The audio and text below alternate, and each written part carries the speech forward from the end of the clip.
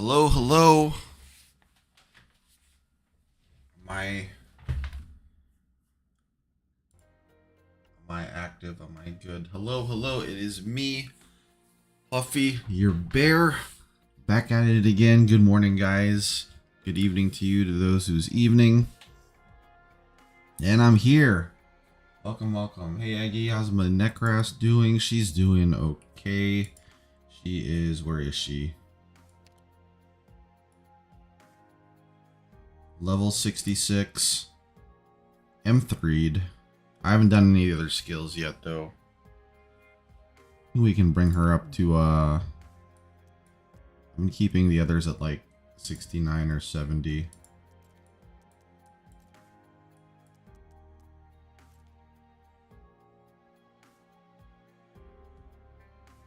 Yeah, let's bring up there just for, How delightful. to bring up. Another momentary escape from their predestined end. Alright, so we're gonna continue, but before we continue, I just wanted to talk about something YouTube related, because I found out something that's kind of wacky. I don't know if you guys have heard other channels, other streamers, other YouTubers talk about this, but the general consensus is among YouTubers is that YouTube's done something to the algorithm, right? They've done something to the algorithm that's messed it up, so everyone's kind of getting less and less views than they did prior to August, right? And that's like a variety of reasons. One was like the AI thing, where they're trying to make sure they're using AI to make sure that you're not like a little kid or whatever on the internet, and so they've implemented some changes into the stuff that you see and the stuff that you find. The other thing is, apparently, I guess this has to do with the verifying your identity with YouTube with an ID or whatever. So apparently what YouTube is doing, if you are on the desktop app, I haven't found this in mobile, so I don't think you can do this on mobile. If you go on the desktop or the web version of YouTube, right, and you click on your profile icon and you go to, I believe it was, yeah, profile icon, and then there should be like a thing called restricted mode. So there's like a thing on restricted mode. I guess they've defaulted that to on for some people without telling anyone. They haven't mentioned it, because I've been seeing some people on social media saying YouTube's been activating their restricted mode on, and I don't know how YouTube determines what is a mature video to go under restricted mode or not, right? But basically, if you're on my channel, right, and you activate the restricted mode, I only have 4 stream VODs that I guess aren't mature and go through the filter. Every Arknights stream I've ever done, I guess, is too mature for YouTube. Every horror game stream I've done is too mature for YouTube. Like, the only streams that have passed the muster are like the 2 Nintendo games that I played and Forza Horizon when I was racing. And I'm just like, you know, that's probably like 600 however many streams. Now, I didn't even look at the videos and what got removed there, but yeah, like literally every stream I've done is just invisible at that point now because of that change. So that was kind of crazy to see. I just wanted to give a heads up if you guys made it here, and yeah, I guess I didn't push that in the Discord. Let me put my live bear thing on. But yeah, something to check, guys, because you know, regardless about me, if you moving to Twitch, I don't know about all that. I don't know about all that, you know. Twitch is like they're doing a lot of really wacky stuff right now. I don't want to go on Twitch either. I'm surprised the AI can tell there are mature themes in Arknights. I don't know if it's the fact that there's mature themes in Arknights.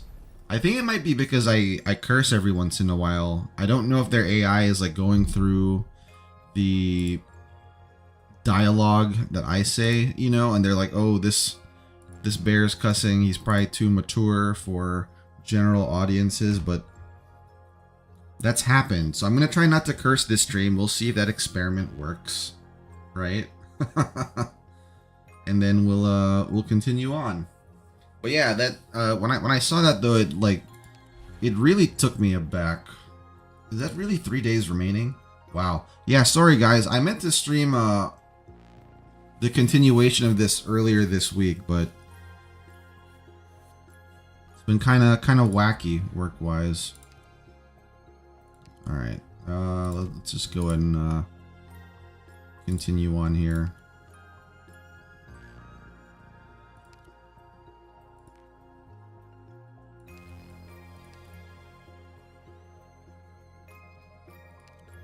We're gonna try Bridget out. Got me knives polished? When are we heading off?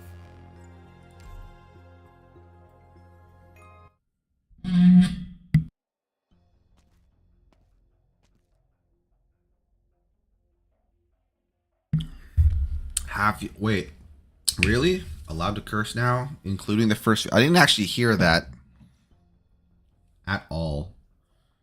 Like the only way I know I've been affected so far is my videos are a lot of them are just removed now if they're in restricted mode. So yeah, that took me aback. All right, I'm gonna go in. I'm gonna read. Was that another trick of the shadows? This isn't the right way. I'm going in circles. I can't see the sky. How long has it been? How far do I still have to go? Well, I'm in the dark woods at least. The mist and noise Bridget was talking about didn't keep me out. Tricky fae, shadows pointing the wrong way, foul beasts that trip you with branches. That's all more or less the same as when I was bringing Moran and the others back. The trees are too tall and the leaves are too thick. They block out the sky, making the life here different from outside.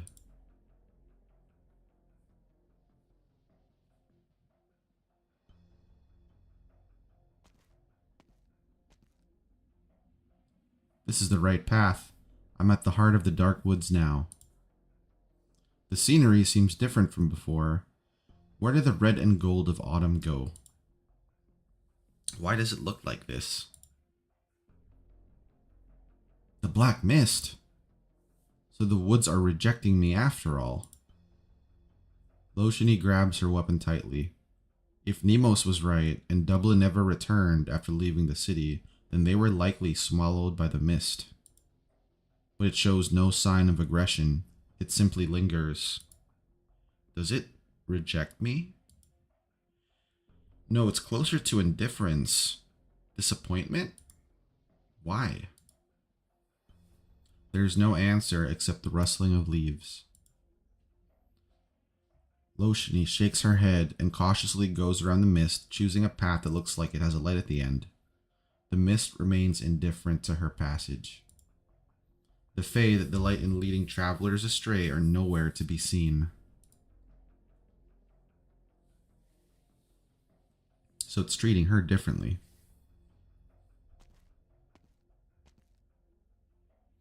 Another dead end.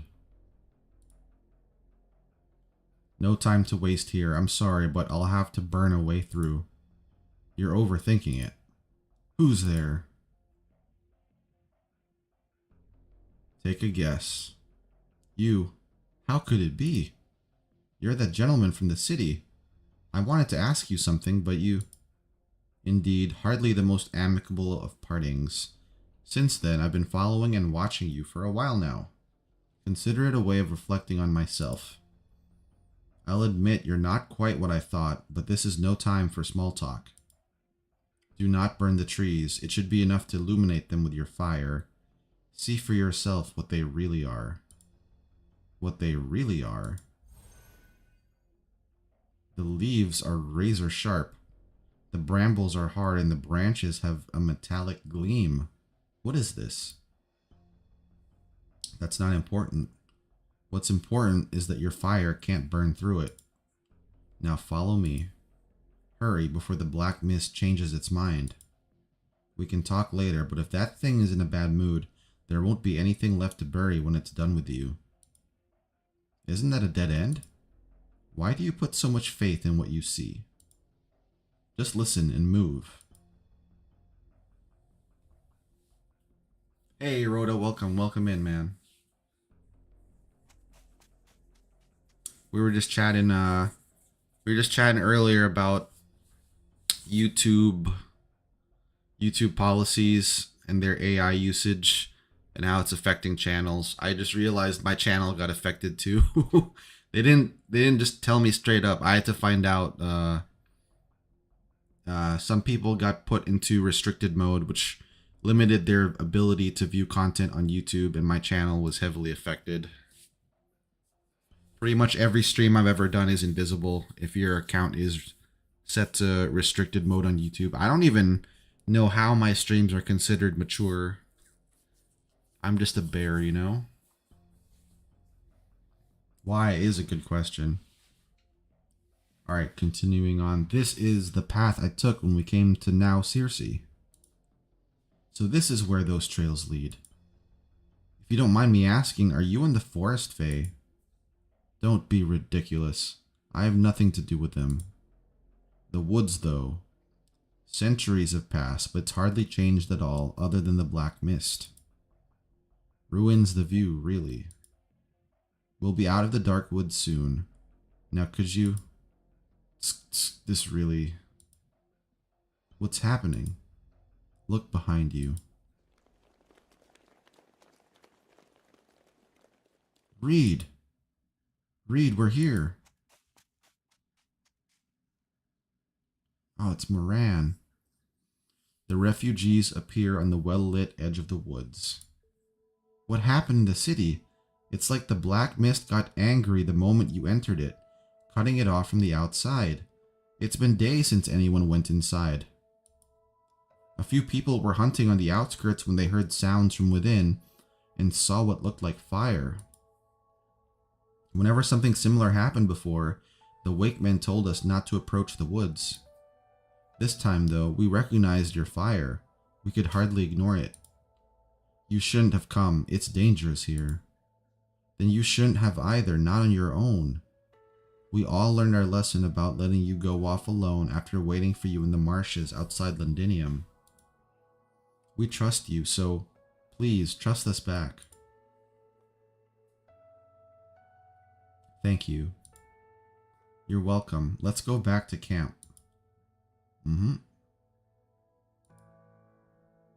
Sir, would you...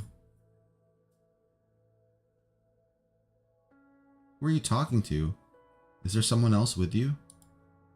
The red dragon turns around, but her uninvited companion has already vanished without a trace, like the dew under the morning sun. Now that I think about it, though, this isn't the first time we've had problems with black mist. I don't think this is related to collapsals, though, right? I don't think it's like a collapsal sort of mist. It seems a little bit too... I don't know. Not as malicious as that. Thank you for providing refuge for these people. Nemos entrusted them to us. We simply did our part. On behalf of the Wakemen, I promise that we will not reveal your existence to anyone unaware. And you have seen with your own eyes that your people are safe. Now it is time for you to leave. What do you mean? Is she not welcome here? Neither are your people, Moran. Whenever two red dragons meet, endless conflict awaits. If you insist on involving yourselves in it, then we can no longer offer you sanctuary. How could you? This is how we have always been. The Wakemen neither start nor end conflicts. The disputes of the living are not our concern. We watch over only the souls of the departed. If you are truly the noble and compassionate leader Moran imagines you to be, you will not drag these innocents into your battle, Red Dragon. This isn't a battle between two red dragons. I came to seek your help on behalf of the people of Now Circe. Every battle has its reasons.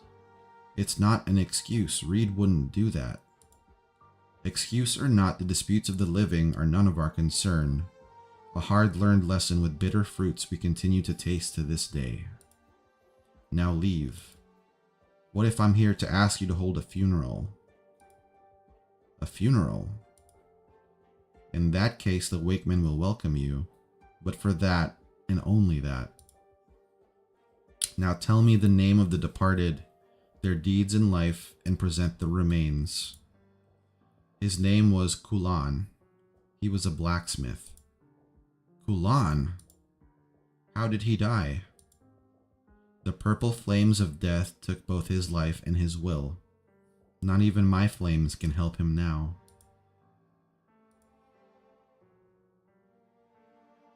Then why is it that not a single denizen of Now Circe has come to us to request a funeral since the city became independent?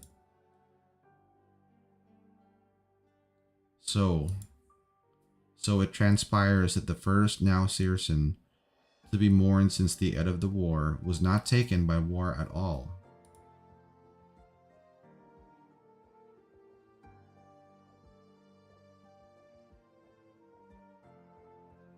So I weave the straw into a ring like this? You're thinking about the Emperor's blades, actually. Didn't it get revealed, though, that they have, like, something in them that's related? It's related to, like, the collapsals or whatever. So it might be the same thing, right?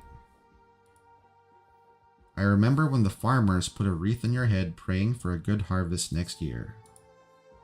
Mm-hmm. Feels like old times. I miss that. Are you not happy here? I rather enjoy it myself, but the others might find it stifling. The life of a Wakeman is almost like a self-punishment after all. What's the word for it again? Asceticism? No alcohol, no overeating, no fancy foods, can't even laugh too loud. They wake up before sunrise and sleep after midnight, and everything in between is some ritual or other. At least they don't expect the same from us, but there's no avoiding them when we have to help out on the farms and stuff. I've practically forgotten how to laugh. Moran's the only one who goes out of her way to talk to them. She's learning something new every day. Might be how they tie certain knots, might be how they estimate the age of a tree. Compared to the Wakemen in the tales, though. Your Highness, ma'am, I did not expect to find you here working with them. Reed has always been like this. Should we excuse ourselves? No, I simply came to confirm the facts of the departed's life for the purpose of the ritual. Please tell me, what happened to Kalan?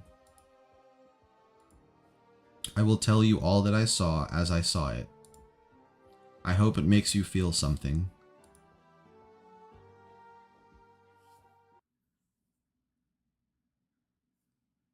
She's probably Kalan's friend, actually. As far as a friendship as the Wakemen can have. Be off to create many more corpses.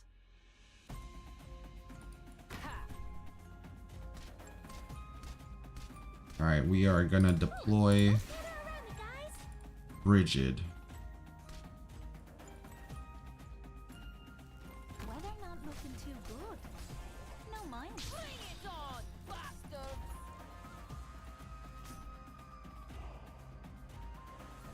Toxins and traps are my tactics. Oh shoot, I forgot they have a thing there. Yeah. I've got a nice hand. I've swallowed up the sun.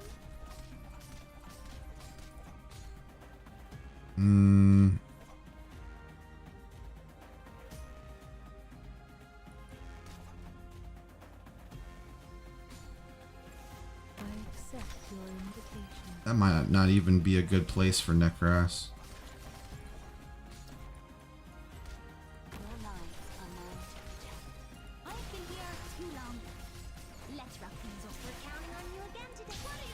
a good thing this one is relatively easier still.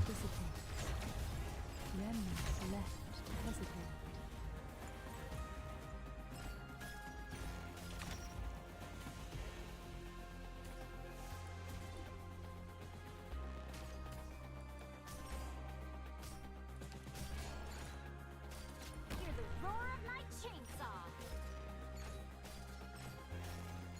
Oh, I should have put her to the right or whatever.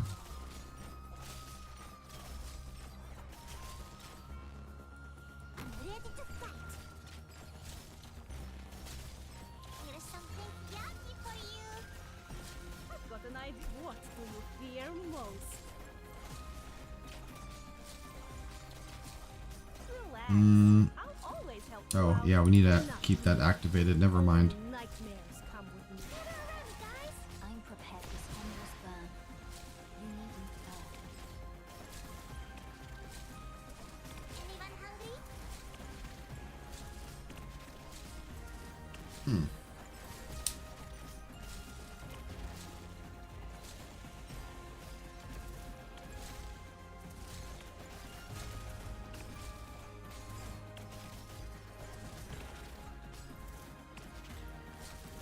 That's not my specialty.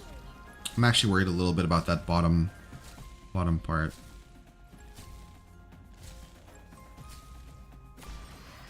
Don't worry if you see fire. There we go. That's just Get a him, side Blaze. effect.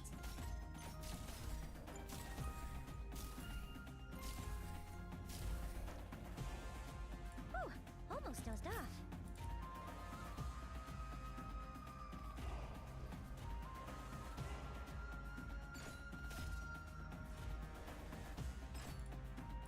War. A word I've not heard in a long, long time. Here's some Oh, that's another enemy, isn't it?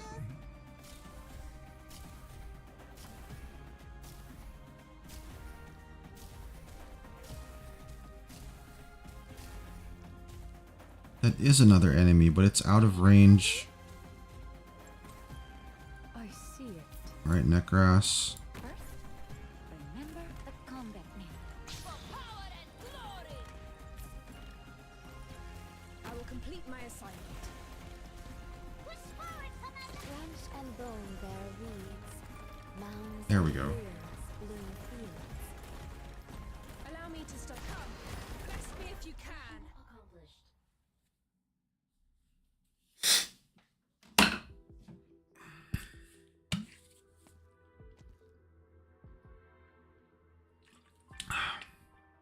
Oh, Iblana probably didn't even realize that she left the city until now. It's an optional enemy. That's right. It wasn't really included in the count, wasn't it? I have already dismissed all the servants in the citadel.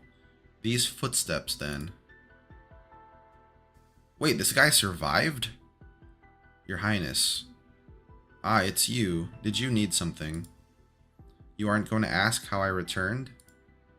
No, I won't. You came back, and that's all that matters, my loyal servant. Besides, I have a fairly good idea of what sort of guest you can bring me. As the curfew started, just now, then you could say that my orders have been followed. Failure. Failure? Now Circe is here, I am here. What failure? Escape. The deadline is Samhain. Surely the Black Mist remembers this, even if it's hardly known for being a good listener. Unsurprising. Disappointing. Unacceptable. Am I meant to understand something from these few words? Or perhaps you too prefer the directness of arts and destruction to the imprecision of language. No sooner do the words leave Iblana's lips than gleaming branches thrust forth from the dark mist, reaching for her throat.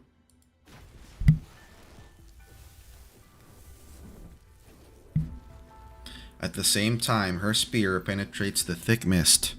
Purple fire is faintly visible from within, She could burn it away to nothingness with a thought.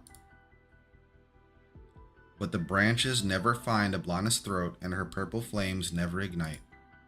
Samhain. By the time the sun rises on that day after Samhain, the outcome will be plain for all to see. So why don't we dispense with these meaningless bluffs? Ablana's spear still impales the mist, but the branches before her throat disappear a moment later, as do the flames at the tip of her spear. The dark mist dissipates. Your Highness, you're still here. Did you need something else? Is this about Dublin? There are only 2 of us here. I will permit you to speak that word again, my most loyal servant. Thank you, but there is no need. Spectres are but spectres, even if they help found a nation. There is no place for ghosts in the history books. But I worry about my colleagues who stayed behind that day as I did. Where are they? Could they mean you harm? No need to worry, even if they were, that is no reason for you to risk staying here. I saw a scene of chaos on my way back. It was bedlam. People were fighting over the tiniest things, sometimes nothing at all, while others seemed to be stuck where they stood like statues. Just like the specters who fought the Victorians with us. Will they fade into darkness too? This is Nasirsi, the Red Dragon's lair, the capital of Tara. Anything that happens here will have repercussions across the nation. No, it won't. You don't sound convinced. Your Highness, at the end of the day, I have just one question. One question I pray you will answer. Very well, I will forgive your imprudence. Your Highness Ablana, that future you promised Dublin, you promised Tara, that future where all Tarans could freely write their own dreams. Was it all a lie? The Brigadier could not stop himself from trembling. The fear that had lurked in his heart for days overcomes him. It is not because he fears his own end. He is not afraid of being swallowed by the dark mist like his colleagues, or of invoking the Red Dragon's wrath. He fears that he will hear an answer he dares not consider. It was true, every word of it. Your Highness, I have answered your question, Brigadier. The Red Dragon's voice seems ethereal, feeble even, but it leaves no room for questioning. It is the voice that has led the man to victory countless times, and so he slowly straightens his back. Then I trust you. Perhaps. Or perhaps you simply have no other choice. Often have you chosen a path that seemed baffling, impossible even, but it always ends up leading us closer to our dream. Of that I have no doubt. Such deep trust is indeed worthy of my gratitude. However, I do not require you to maintain order within Nasirsi. If you manage to return from the Dark Woods, then you should return there now. Until Samhain has passed? Until Samhain has passed. Or, I stepped into the Dark Woods one morn, calling to the mists of horror. Your Highness? Do you hear the song coming from beyond the woods? Hardly a day has passed since you left. Fine work, Loshini.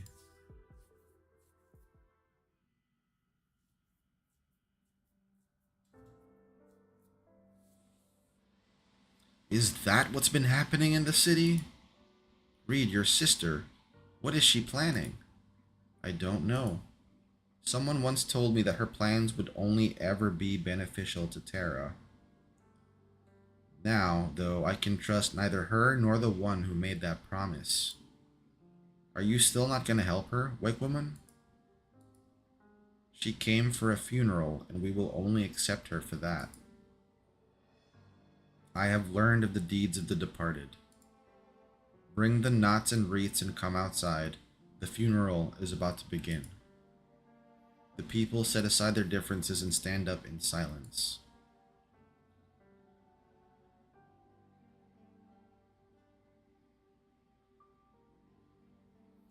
I stepped into the dark woods one morn, calling to the mists of horror.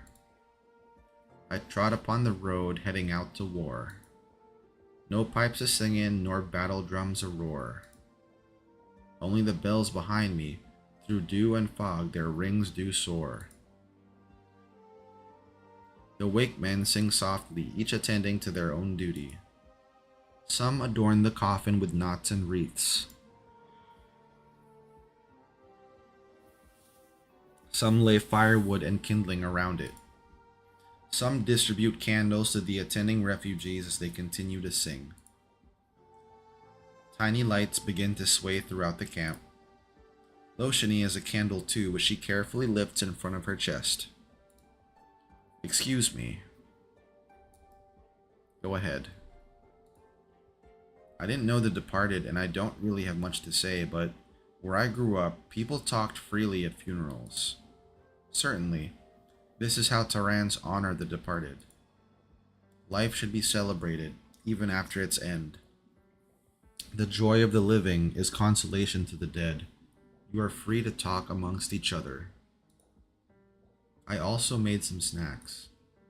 Please feel free to share them. We will also provide refreshments later.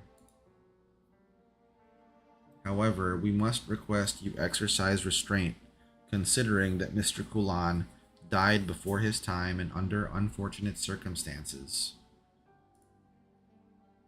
We must ask you to also follow our instructions during the fire returning ceremony. Understood. Yeah, I just gotta hold it someplace else.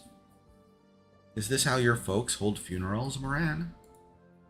We didn't have all these rites and ceremonies. All we did was keep watch through the night.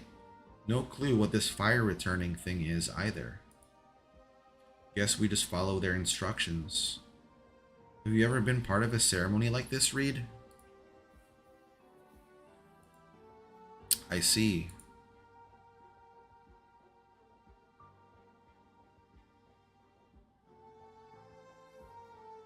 You mean, Loshini has found the Wakemen.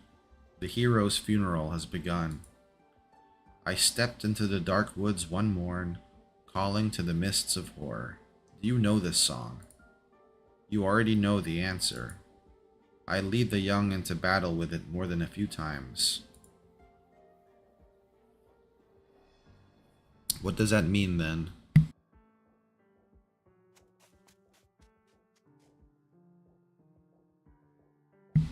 She's got that dragon hearing as how. Who is it? Who's singing? How is this guy still alive? The singer. Why is it that I still hear that song here at the site of the old capital, even after escaping the dark woods? Or am I still stuck in the woods? No, the sound is coming from the furnace at the center of the ruins. Such a beautiful tune. No pipes a singing, nor battle drums a roar. Only the bells behind me, through dew and fog their rings do soar. I should go back. Now I see what I truly want. Besides, do I really deserve to escape now, Circe?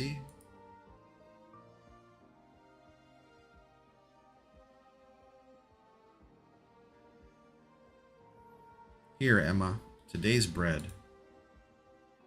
Thank you for sharing your food in times like this. You shared with me before, just returning the favor. But why do you keep staring at the bread in my hand like that? Control yourself, control yourself. She's Emma, the one who shared her bread with you. You must help her, you must.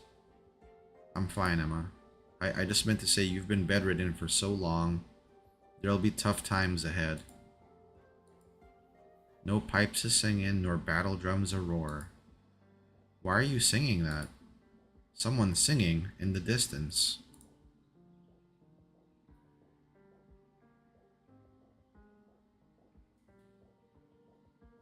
Man, that whole city is messed up. Friends of the departed, please present your eulogy before the fire returning ceremony begins. Reed? I I have a eulogy here written by Nemos. May I read it? How? How is she hearing that? I don't know. Maybe when they all chant it, the black mist is carrying it through the forest.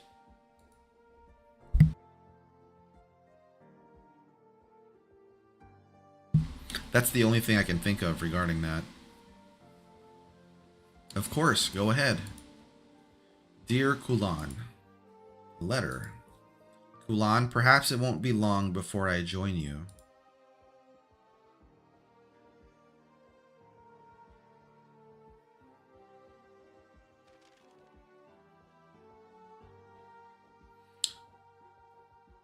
Before I become a slave of the purple flame, before I turn to ash.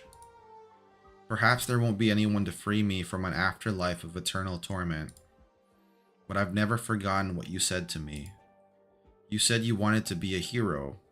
You asked me to let you become one. You said now Circe needed a hero for the post-war days, one who belonged only to us, neither Dublin nor soldier.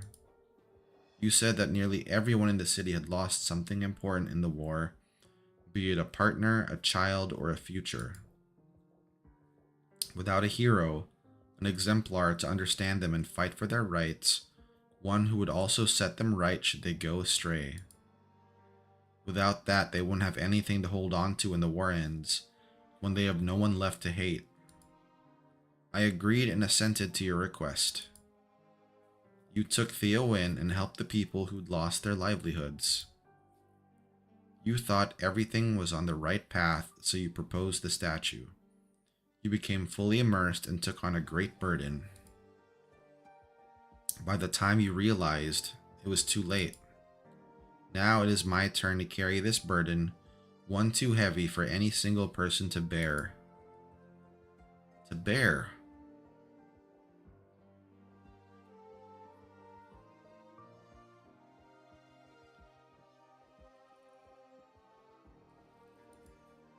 Farewell, Kulan. Slan Ait, or should I say, Slan Gofoil. May we meet again, in the warm flames.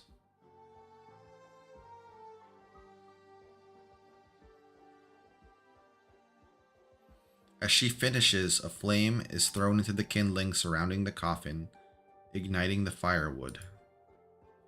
The crowd gathers around the bonfire following the instructions of the wakeman. Witness that the departed has found peace in flames. He shall no longer wander the mortal realm. Place your candles as close to the fire as possible or throw it in directly. Return the fire to the departed. If you have anything to say to the departed, say it aloud to the flame. Be it praise or reproach, they are the memories that will console the departed at journey's end. Once you have returned the fire, please remain to keep watch over his soul until the fire has gone out. Let us begin. Slan Leet, may you find rest, stranger, deceiver, and hero. Look at Reed's tail, it's just lit on fire. Moran's bends down and places her candle by the fire. The licking flames swallow it in an instant, almost burning her hand.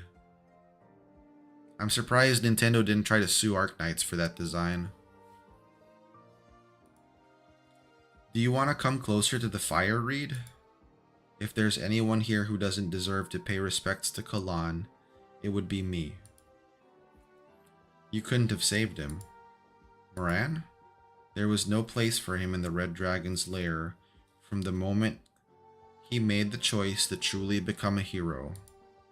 You should return the fire to him. Ashes to ashes, dust to dust. Let the dead rest with our memories as our life goes on. Return the fire. Let the dead rest with our memories as life goes on. Where'd you hear that from, Moran?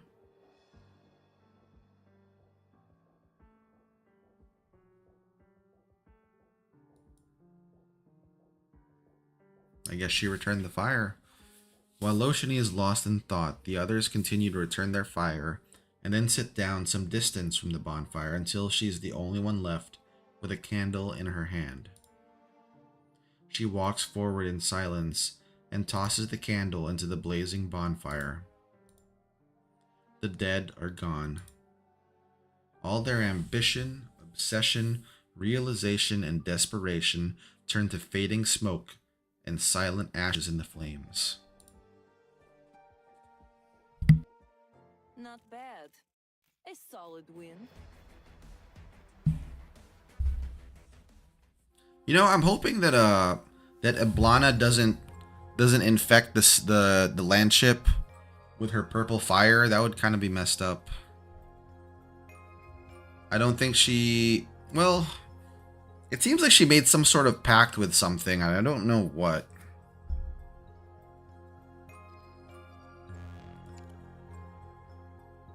This is a how many stage event here?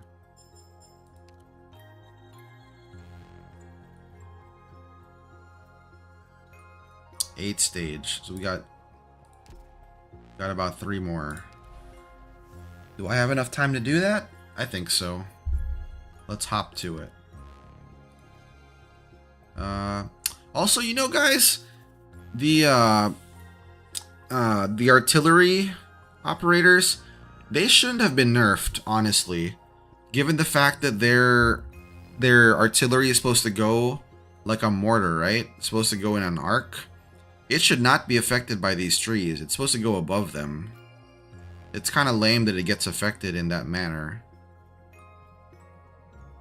I wish they took that into account when they designed these trees here, you know? Or given us the woodcutters. Those woodcutters would have been nice too.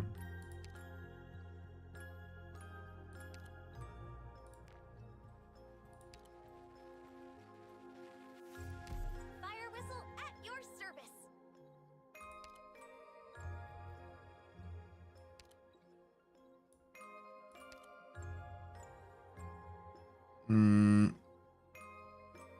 Who is that other...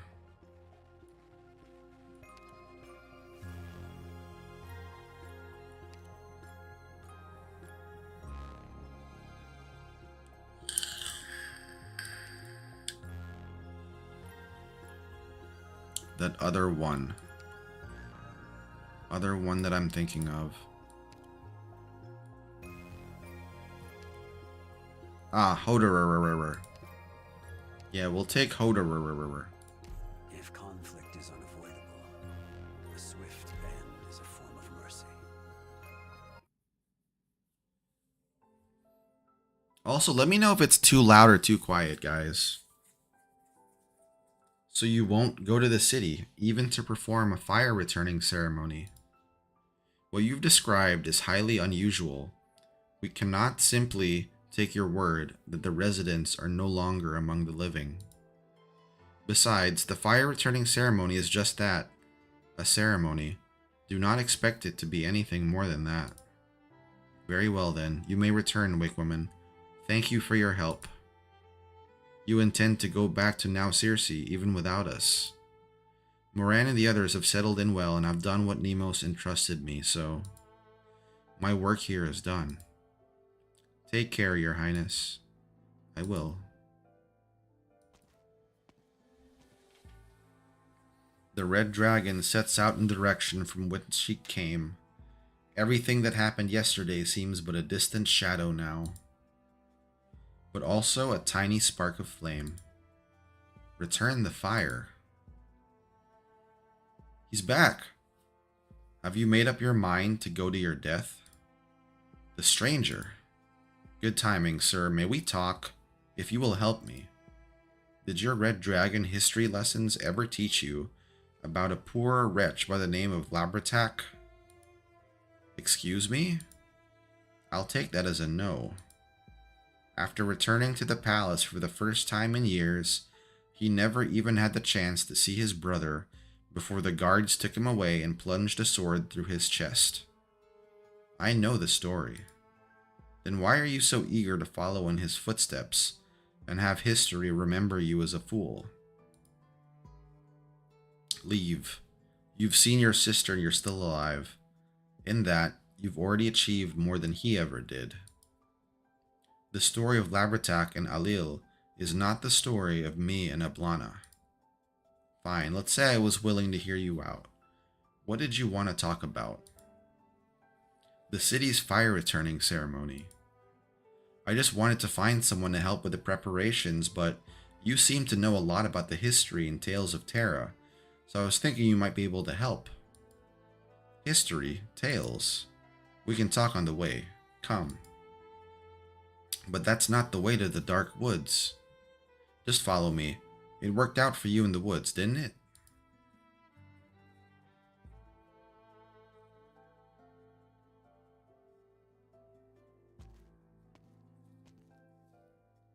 The ruins of the palace. I've been here before. It's dangerous. The Originium-rich environment is... You said you wanted history and tales. What better place in Terra than this ancient palace? The what palace? Ah, never mind. I appreciate your help in the woods, but I have important business to attend to. I don't have time to... And what's this important business? Dying for nothing? Sure, you're different from your sister. That dragon's flames may be cursed, but her personality is as typical as they come. Arrogant, leaving no room for any other voice. You may be better, but... I'm different from my sister, but she's not who you say she is. But however different you may be, conflict is in the nature of the Red Dragons, even if you were merely dragged into it. And there is only ever one outcome. Only one may emerge alive. One of you will die sooner or later, so what's the hurry? Have patience, young dragon. We're almost there.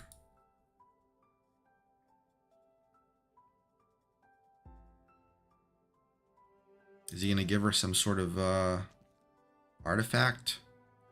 We come here for this altar. Altar? You mean that thing in the middle? Isn't that the furnace? The furnace which fused together the weapons of every Terran soldier and overturned the fate of the dynasty. The furnace from which fallen soldiers were reborn. That's what you call it today, isn't it? Far more important than just another altar, to be sure. But an altar is an altar, even if it's a little bigger than the others. It was based on the ceremonial stone circle used to coronate the King Gale, and the palace was built around it. Whenever an old red dragon died, this is where the fire was returned to them. The fire returned. What you saw back at those Woodbrains camp. Gotta give them credit. They managed to remember all that, even centuries later. Fire returning wasn't just about a bonfire back in the day, though. By the time of the old hag Magried, it was enough for the siblings of the heir to the title of King Gale to put their hands into the fire and get a few blisters. Go back even further, though, and those siblings would have been burned alive together, or so they say. There's no hard evidence. Now you've gone even paler. He flicks his hand and a speck of purple fire flies forth from his sleeve, joining the same purple fire in the altar. The flames breathe quietly, like an infant in its mother's embrace. Your flame is purple too? No, wait, you're a Draco? Could you be... Awfully slow, aren't you? Well, it's too late to run. Put your hand in. What? You want now Circe to return its fire, didn't you? Put your hand in. The red dragon falls silent, then stretches out her hand to touch the flame in the furnace. As expected, it is not warm, but to her surprise, it does not feel cold either. Now I brought you here to see something. The tragedy of Terra, the ill repute of the red dragons. It is simply the cruel cycle of fate repeating itself again and again. Like your sister, I was an aberration that breathed the flames of death, It is not my intention to disrespect the dead, nor could I, even if I wanted to, but I wanted to show you the fate of those who die upon this land.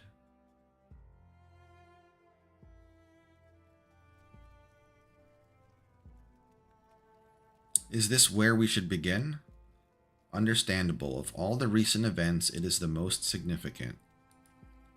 Your sister was right. Those who have touched the flames of death are beyond help. Yet the fire should not have spread so readily. What hatred did it take for the Dracos to once again sire an ill-omened aberration, the first in 600 years?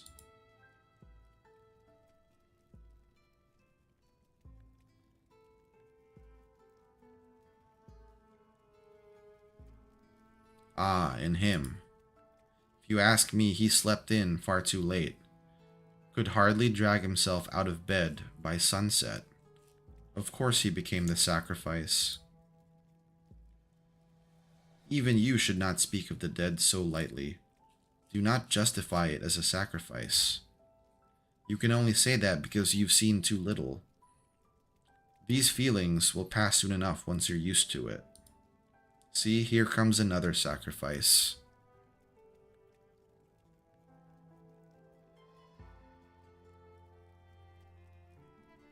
Who is it? The Victorians who killed you have been chased out. The last Victorian bastard died before my eyes. In a sense, your sister's dream did become reality. The Terrans have risen and the Victorians have fallen. Simple, direct, satisfying.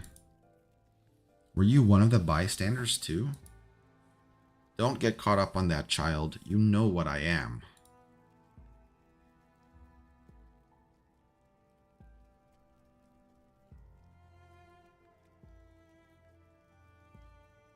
This I don't recognize. Explain. It was a war. There are always wars. Be specific. Who did she incinerate and what land did she set her sights on? Victoria. Eblana wanted to take Tara back from the Aslans. This was the conclusion to that war. The Aslans? Those conceited bastards? But is she not facing a Sarkaz? Never mind. The lions were the ones who stole Victoria. That's all I need to know.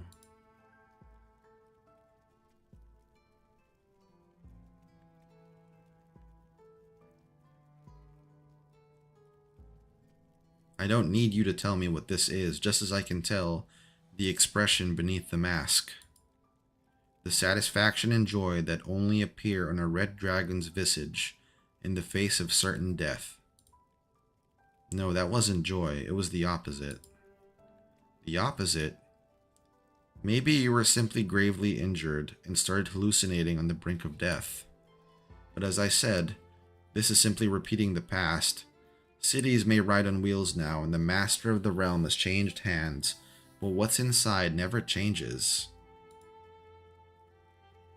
Those pseudorams are so annoying.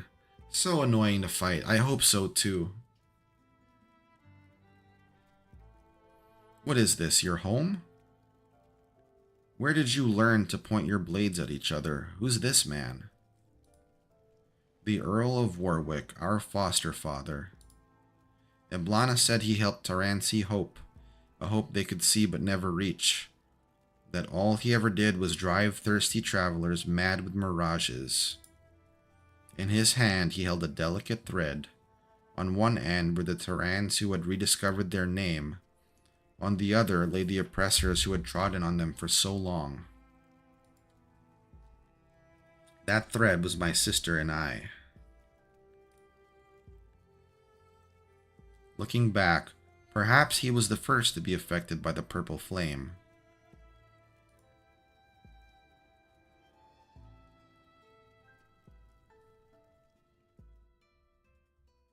Ha! Not only do you sympathize with your sister, but you also know her well. No wonder you're so loath to kill her. But I have no intention of becoming like her, nor will I simply allow myself to be killed.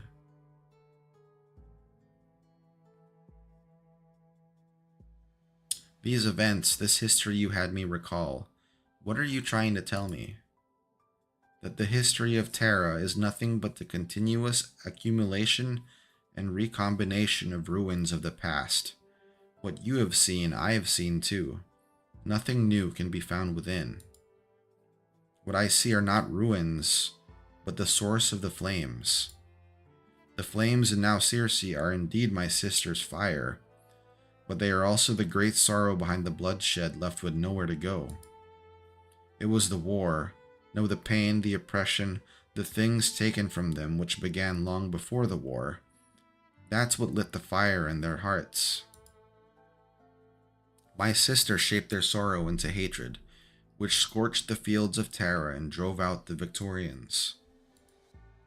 However, without vengeance to cloak the sorrow, that fire has come back to burn them, burning away everything they have until they are nothing but the walking dead. A fine summary, child, but do you really think that returning the fire would solve all the city's problems? It's the only path before me. True, but how do you tread it? Come, we've seen your story, now see mine.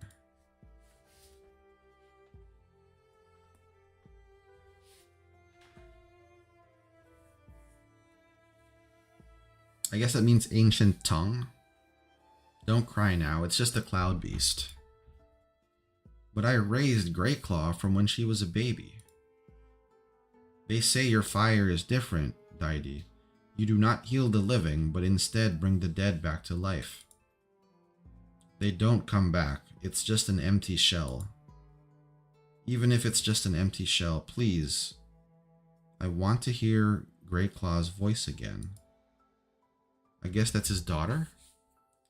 And so the impulsive red dragon let his daughter's plea get the better of his judgment. After a few months, strange things began to happen, not just to the cloud beast, but to all the beasts of the pasture. Burdened beasts no longer ate grass. Sissy beasts no longer gave milk. The old refused to die, and the young refused to live, and bare skeletons devoid of flesh began to roam the pastures. As the purple fire spread through the herds, the red dragon was forced to leave the pasture with his people. He made the same mistake many times throughout his brief existence. Honestly, Iblana was probably the perfect counter to the Nezalem and the Sudorams. That probably helped out a lot in the war. Your own dear sister dared to burn people with that same fire. Now that's crazy. How was the fire extinguished? You'll find out soon enough.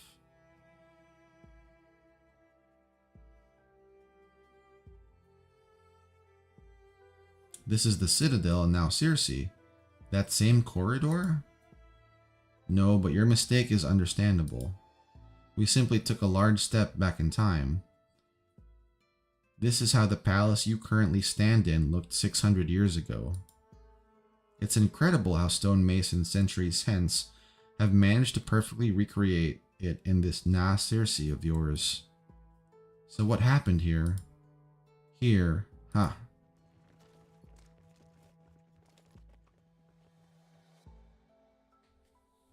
Yeah, unethical, but they're technically necromancers too.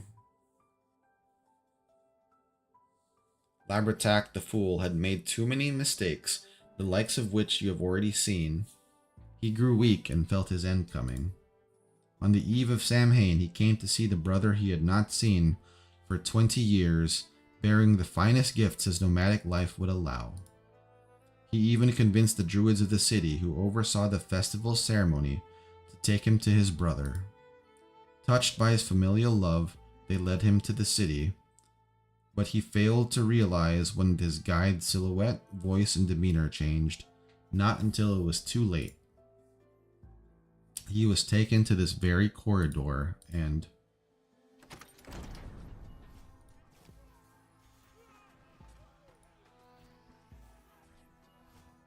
I doubt that Ailil who gave the order to assassinate his brother, was on the balcony on the other side of that door.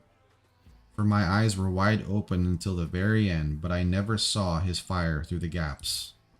Where did it all go wrong? Was he angry that the priests continued to treat me as royalty? Did he consider me leaving without a word 20 years earlier a betrayal? Or was it someone else who wanted me dead and he simply had no choice? I'll never know. Within this brief, swift act of violence, there was only one thing I had long known that I had never doubted. A red dragon never forgives. The hatred of the dragons is even longer than the history of Terra.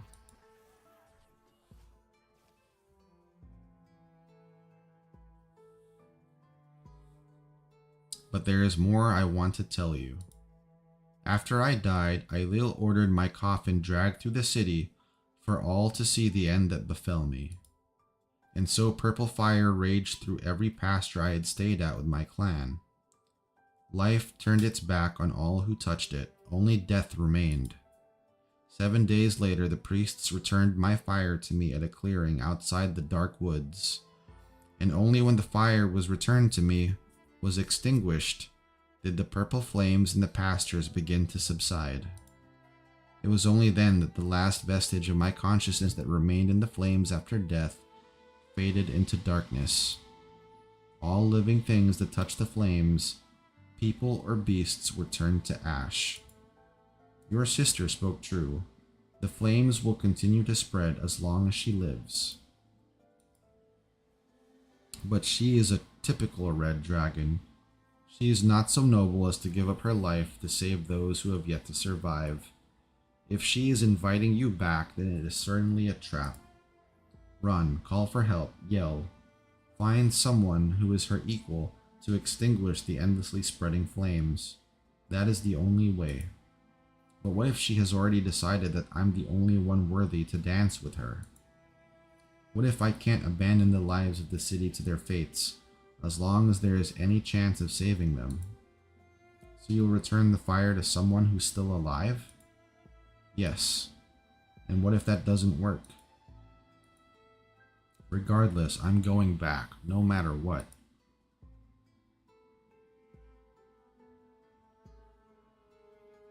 Silence, and then Loshini hears a sigh. I suppose stubbornness and stupidity really are hereditary.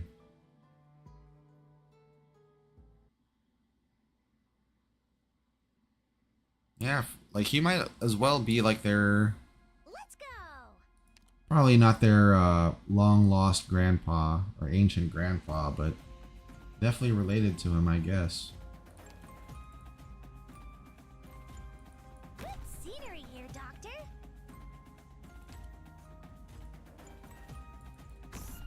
I need to put Brigid there. Ooh, I have to get serious now.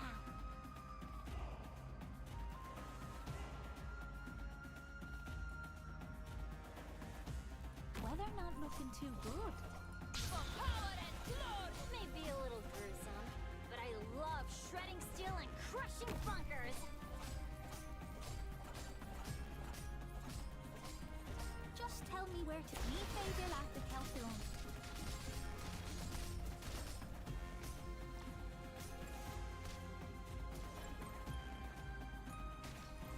Same battlefield. Alright, you can have him help out with true damage there.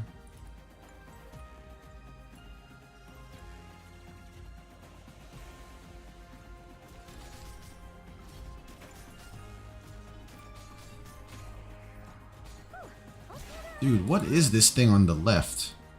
It's kind of scary looking. I'm heading in victory or death. Artillerymen in position. Hear the roar of my chainsaw. I will protect everyone. Anyone hungry? Alright, and we'll have the gummy bear. Wow. That thing is like out damaging Gummy's healing. That's crazy. Oh, there we go. That's not my specialty.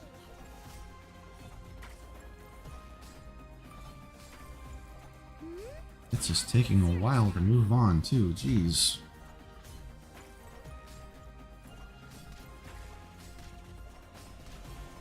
Don't doubt your own judgment. Eyes blind by hatred. Your orders, please. Panicking just spreads the fire faster. I'm heading into for power and glory.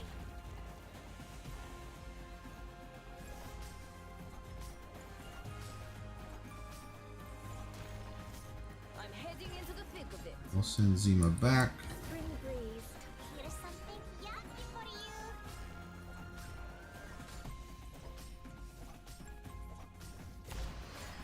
Don't worry if you see fire. That's just a side effect. Here's something yummy for you. Dude, that thing is insane. I wonder what sort of damage bonus it gets for hitting enemies. It's just so wild.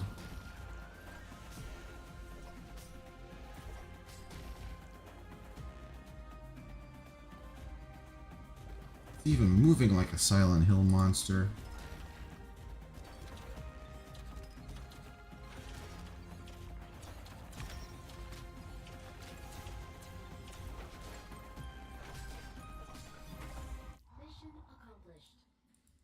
You have to read the enemy note for that. That thing was wild.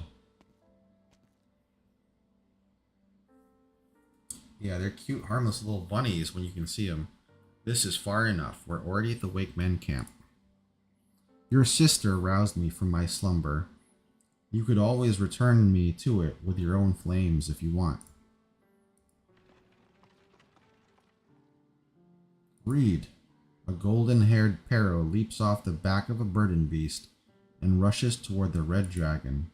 The burden beast is dragging an improvised cart with long wooden boxes stacked upon it. Brigid, what are you doing here? Are those coffins? Yeah, coffins. Nemo said to bring them to the Wakemen. Are they still in the ruins?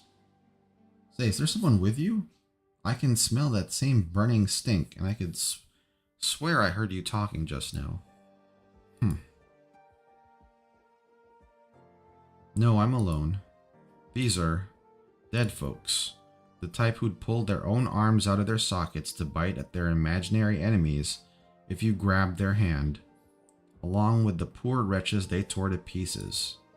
And Theo, Nemos found him in the end. It's almost like this was the natural order of things. The bonfires will be burning brightest when night falls on Samhain. The red dragon looks towards now Circe and sees a faint shadow in the distance, painting the silhouette of purple flames. We'll be out of coffins if this keeps up. For real. Can't even make coffins out of the whatchamacallit. Because the trees are made out of metal. Okay, did my model stop tracking? It did stop tracking. What the hell?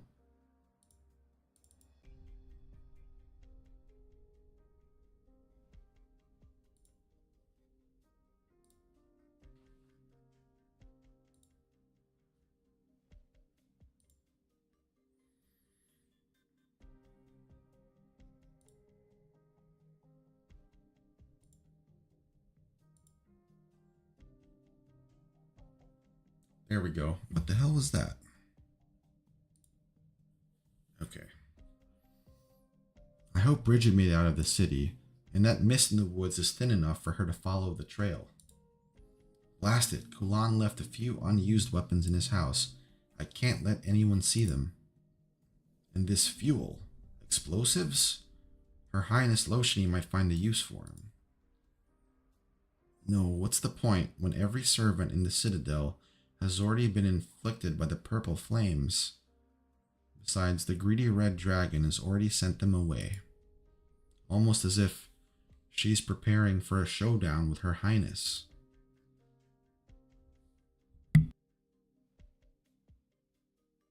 Or setting a trap. Who's there? Rory, what are you doing here? You're Nemos. Yes, I'm going through Kulan's effects. If this isn't urgent, could I ask you to... Traitor.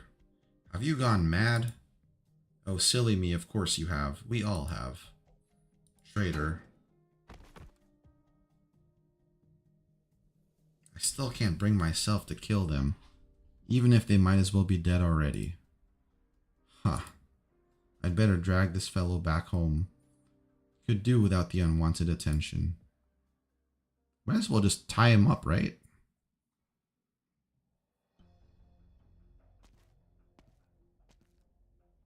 That just cost her all that time. Nemos, don't mind me, I'll be on my way. What's that in your hand? Oh, nothing. Now if you'll excuse me. That necklace, it was a gift from Niels to Emma. I gave her bread. That's way more valuable than jewelry in times like this. She gave it to me. Did she now? A necklace she never takes off? It's none of your business.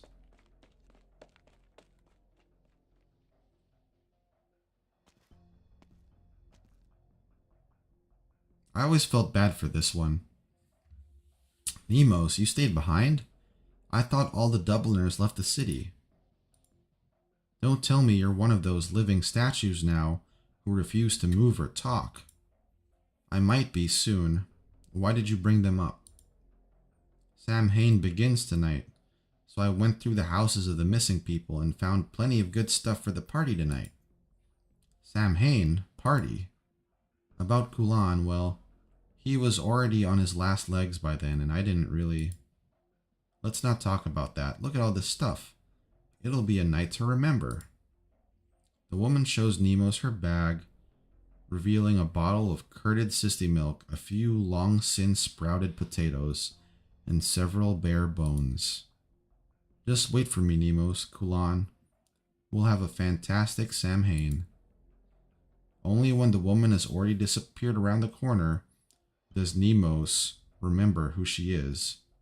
A villager who once lived on the outskirts of Now Circe. 2 years ago, the Victorians took her father away while investigating Dublin. The autumn harvest had just ended, and she had been preparing to celebrate the harvest festival. So she's already been lost for about 2 years.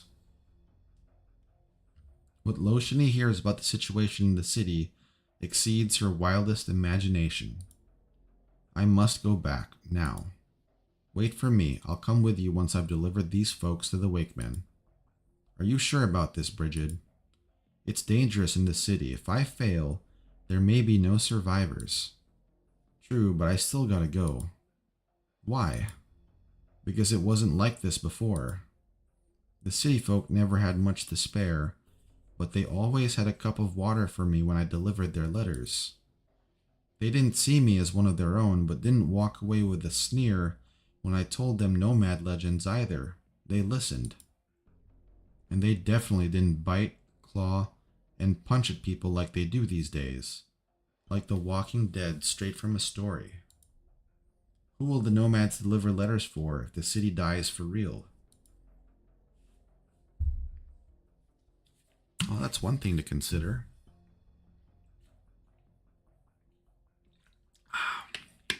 Moran.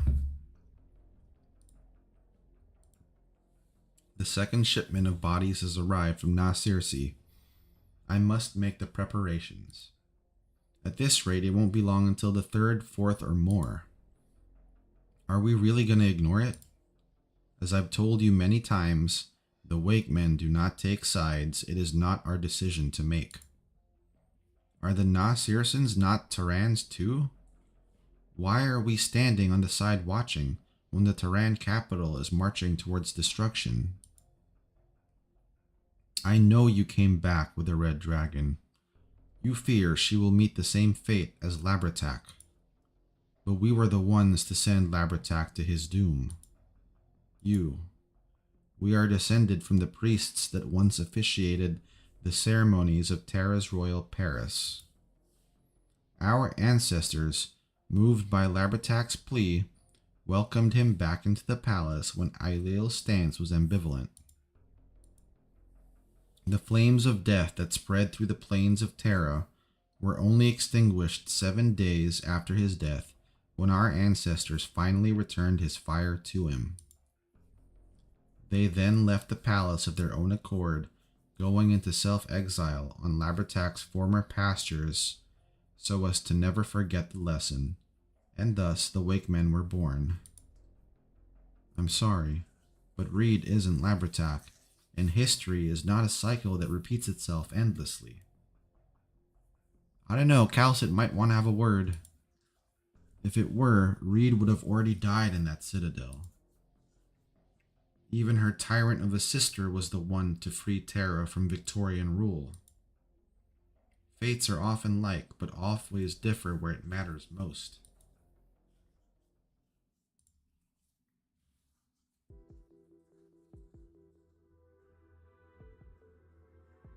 Fates are often alike, but always differ where it matters most. What a wonderful tagline for the cover of the book. Surely this one is destined for the bestseller charts. Assuming, of course, that you were ever able to finish the story. I've never intended to profit off of it. Oh, you will, if not in money, then in fame. The basis of the story, where it happened, there are more than enough reasons this isn't my story to tell.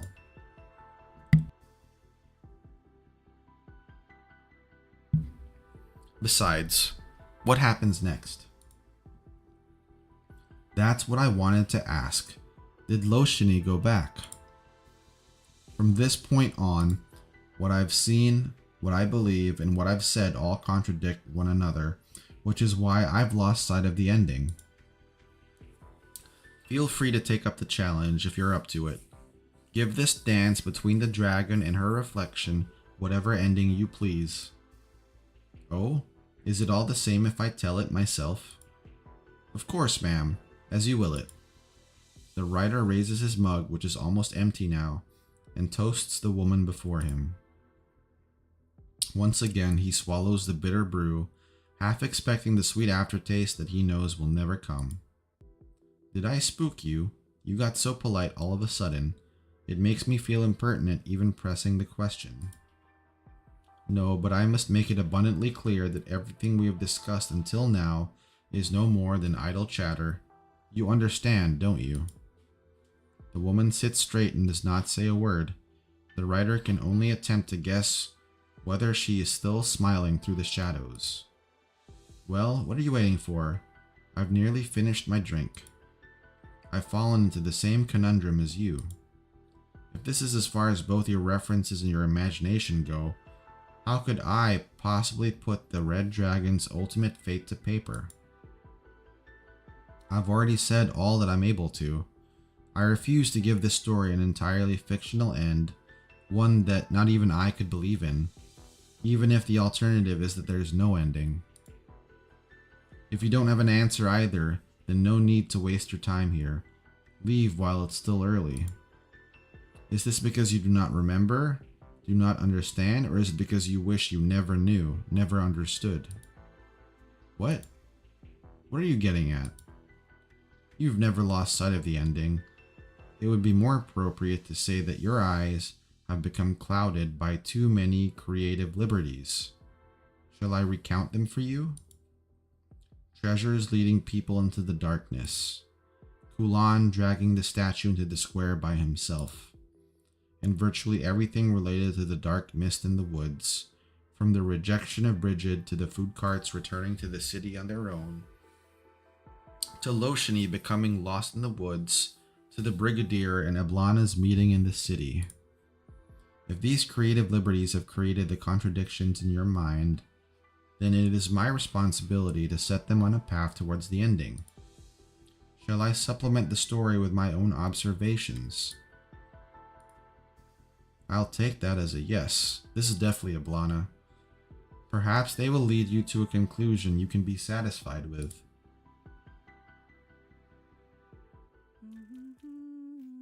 It's just like, why did it... Oh, this is a cute battle ending.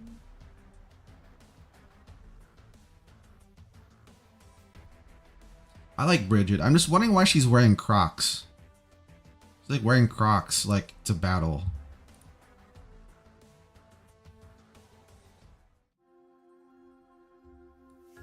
Oh, they're giving us one of those too. Damn.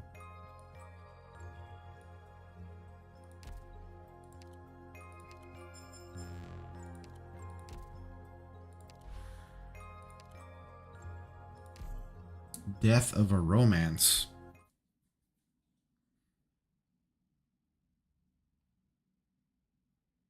So Blana definitely has to die then for this thing to... But then she's an operator, so... She's probably going to do something with her purple flames, isn't she?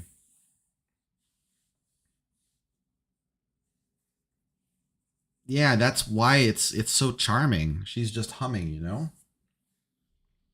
Ah yes, on the eve of Samhain while the sun still hung in the sky. Samhain nights bind life with death. This is no mere superstition, or perhaps you could say it has long transcended superstition. Taran legends speak of countless great deeds and tragedies occurring on this very night, and such tales often put date front and center. So long as innumerable legends coincide with that day, so long as the Terrans still remember, if only vaguely, to celebrate the harvest and light up fires on the day, it will never be a simple change of season. It itself is the perfect footnote to add to any myth. Oh, and another thing. I don't suppose you'd mind if I gave the characters more fitting names, yes? The sun is leaning westward. Have we yet to figure out how to go about this final confrontation?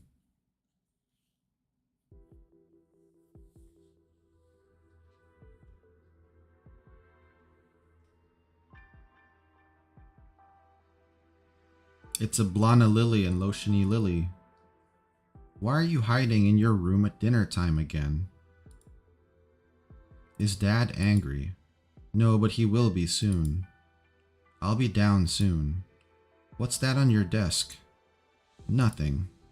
The young red dragon tries to block her sister's line of sight with her body, but her effort is in vain. A small paper box sits on her desk, carefully lined with cotton. Inside lies a tiny foul beast, already dead but still harboring a faint, lingering warmth. It seems to have broken its leg while alive. An unsuccessful splint, fashioned from stiff paper, now lies in pieces around it, accompanied by a few grains of wheat. This is the foul beast that sang at my window every morning. I don't know what happened to it, but I wanted to save it, and... I beg of you, sister, tell Dad I'm only feeling ill. I'll be on time for dinner tomorrow. I'll bury it in the courtyard tonight. So you're giving up? It's already dead. Is that so? Purple flames slip past the foul beast's feathers into its already cold body. The two watch as it slowly stands up, its broken leg stiffly propping itself up on the cotton. Alright, would you like it to fly or to sing a song for you? No, this isn't right. Not like this. Then why didn't you use your own flames on it while it was still alive? Your foul beast could have lived a much longer life. You do realize you aren't limited to how the mediocre masses do things, don't you? But Mom told me to swallow my flames, hide them away, and never let them be seen. And who would see them in your own room?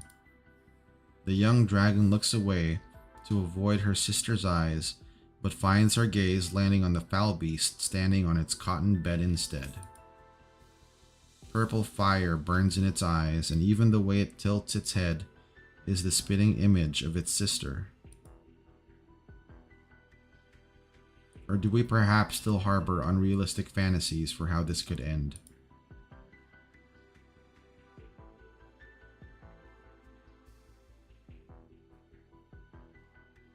Oh, this is Reed the Vanguard. Sister, you're covered in blood. Were you injured? Most of it isn't mine.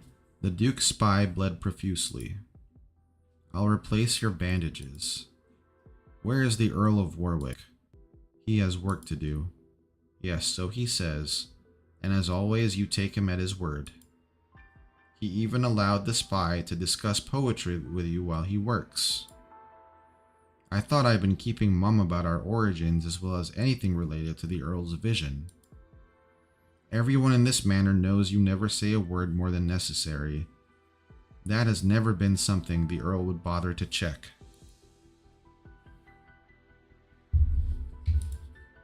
That's right. Had we let the spy escape, the Earl would still inevitably find a way to silence him in the dark, and we'd simply find ourselves bound by yet another chain called caution.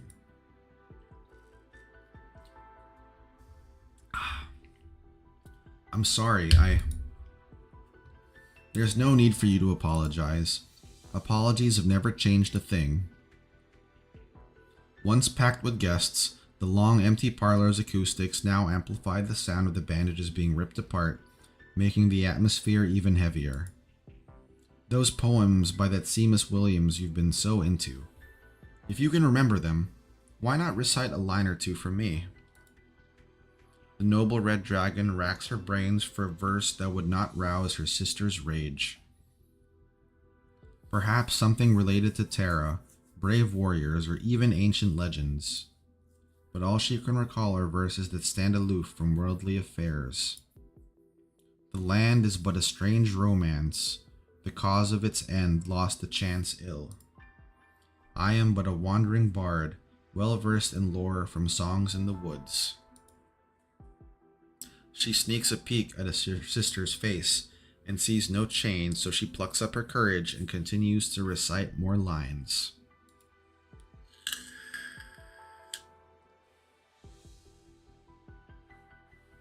Only when she finishes both the entire poem and the new bandage with a delicate knot does she realize that her sister has already fallen asleep, encircled by meter and rhyme.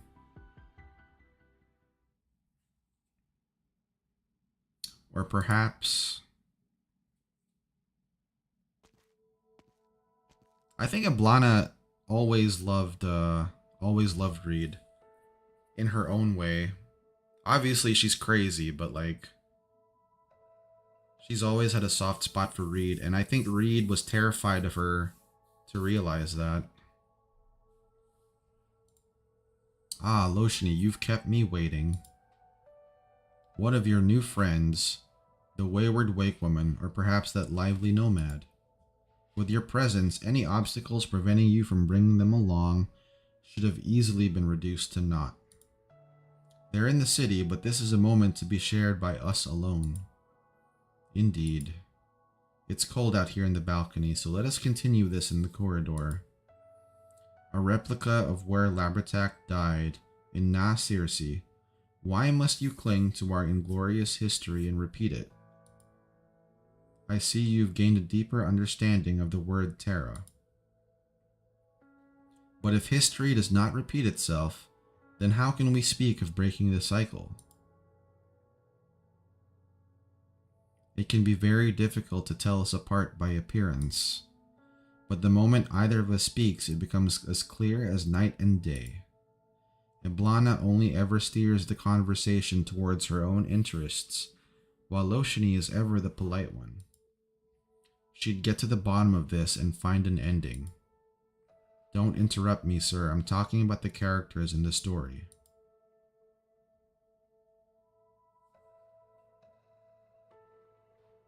I'm sorry, Ablana. No, I'm quite glad.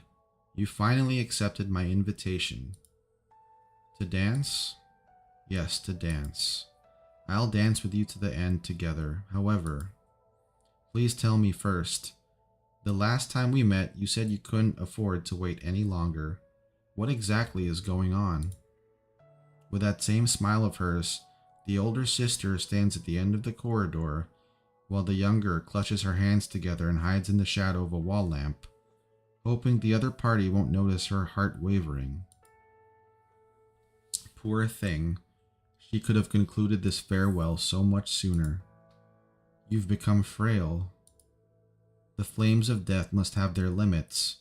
Spreading them so far would certainly drag you down as fire after fire blooms, just like Labratak back then.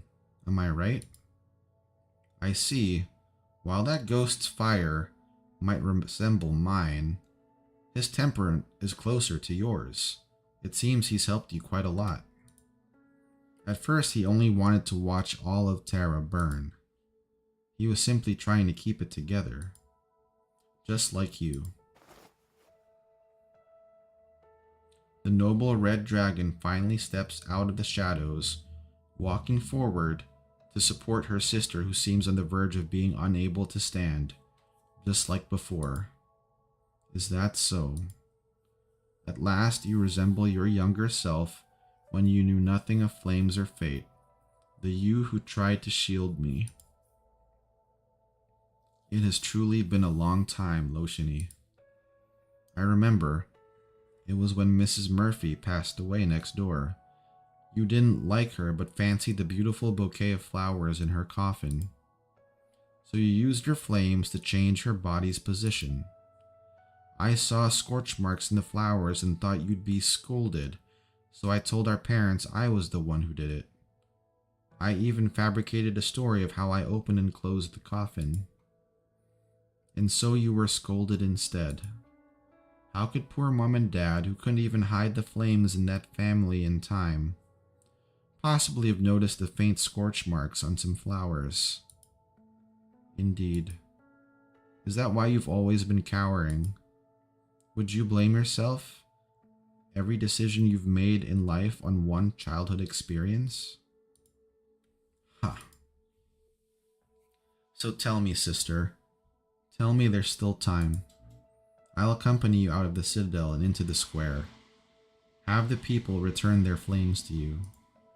I'll walk through Terra's fields with you and gather the dead you've intentionally or unintentionally awoken with your arts, sending them all to a peaceful rest. I'll recite poems to you while you're weak, until you fall asleep and wake up again. There's still time for all of that, yeah? I trust you to keep your word. Your noble nature would be appalled at the very thought of breaking a promise. But what you just described, would that truly make you happy? Or would that simply be enough to appease the Loshini, Dublin, who did not even witness her parents' death that snowy night? Those beautiful fictions. Sister, love, poetry, dreams, those are all well and good, but it is time for you to wake up. Kill me. If you truly wish to end this chaos, that is the only way. Then put on the crown, and you shall become me while I become you. That is the one thing I cannot do. You'll have time to mull over it once I'm dead. Didn't you decide not to hesitate anymore, Loshini? There's been no other choice from us from the moment you came back to see me. The older sister's mouth curls up in an intriguing arc. Come, dance with me. Is this the dance you've been looking forward to all this time? Why can't it be? The younger sister closes her eyes as she points her spear at her older sister, whose body is about to topple over. She grips her weapon with both hands.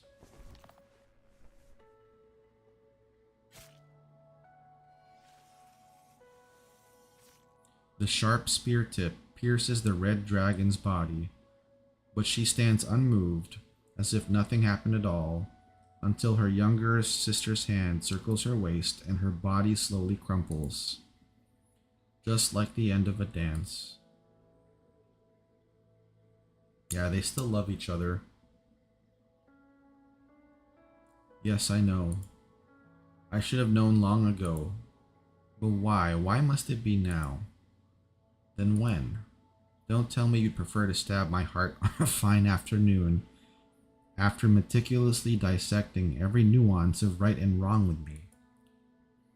You returned to me and we danced this dance together. That's enough.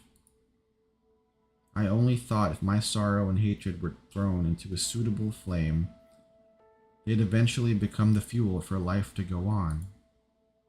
Sorrow and hatred. So you admit it, Loshini.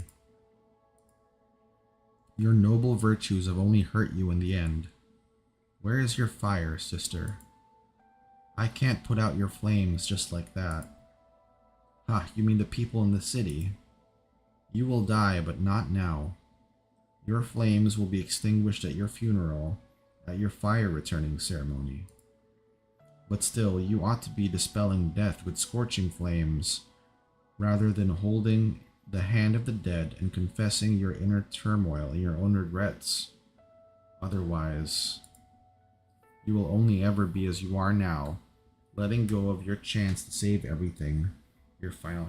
Yeah, you're right. I think it would have made more sense to have her banner be after the event. Maybe like a surprise thing, like a week after the event ended. Some impact was lost because of that banner.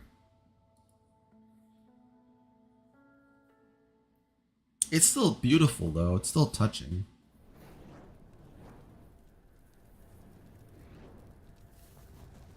The noble red dragon loosens her grip in shock, and her sister's body drops to the ground as cold as it was before her heart was pierced.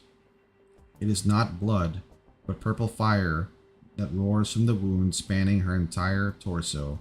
It instantly floods the balcony and flows down the citadel. The noble red dragon rushes over to the balcony, but the purple flames of death are even faster.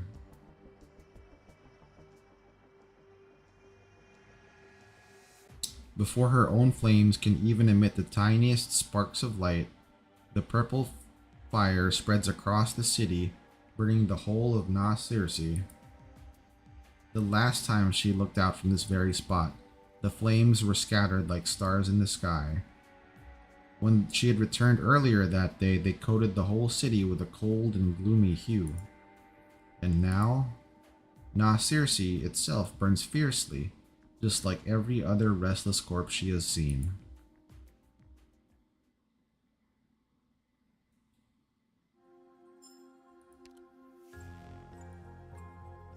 Damn.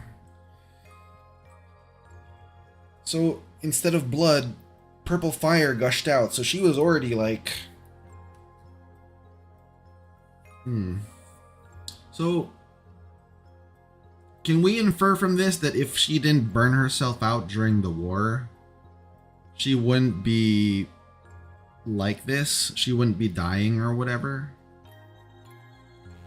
They've only done it once before, huh? Well, they could have done it again, you know? Alright, we're going to take a quick break. I'm going to get some more water because my mouth is getting a little bit dry. But I'll be right back, you guys. Be right back.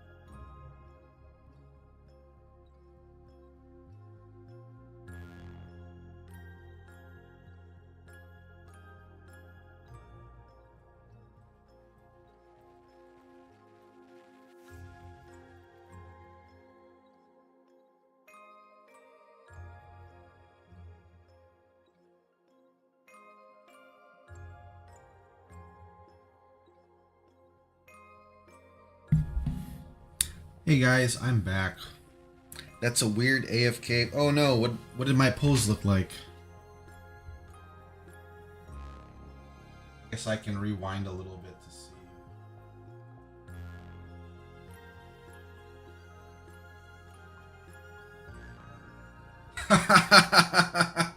Okay. Hopefully not.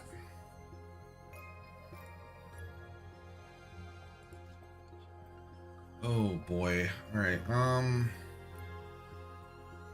oh, before I do that.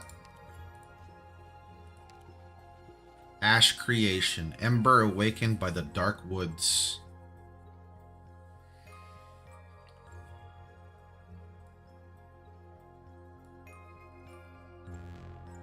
They essentially can't be attacked either, so.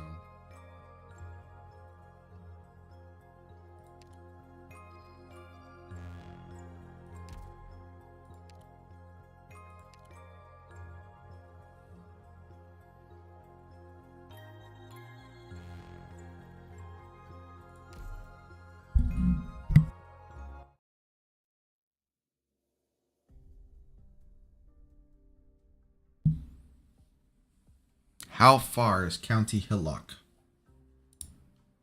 Far. Oh, it's Harmony. My sister must have known.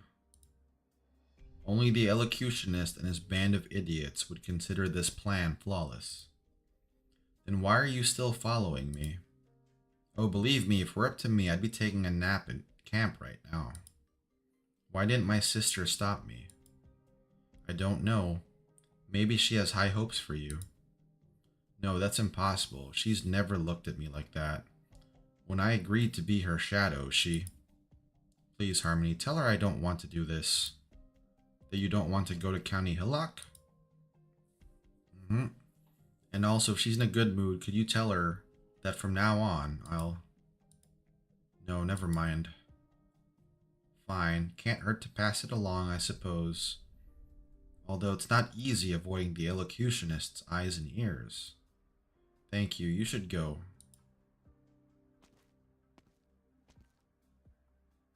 Before she gets bored.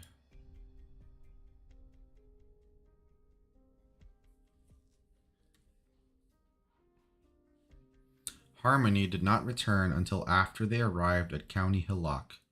She knew what that meant.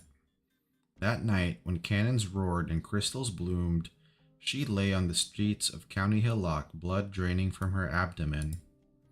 She had not been afraid then. Instead, she felt relieved that she would die like any other person. Yeah, she was like a double, triple agent. Quadruple agent or whatever. But then she saw those purple flames on a tower not too far away. That was when she felt afraid. Afraid that the flames would overlook her and turn her into another puppet, just like those on the street. Afraid that the flames would find her and bring her back, forcing her to remain as a shadow. She gazed into the fire, trying to find some hint of her future in it, but saw nothing but apathy. That which she feared most had finally happened.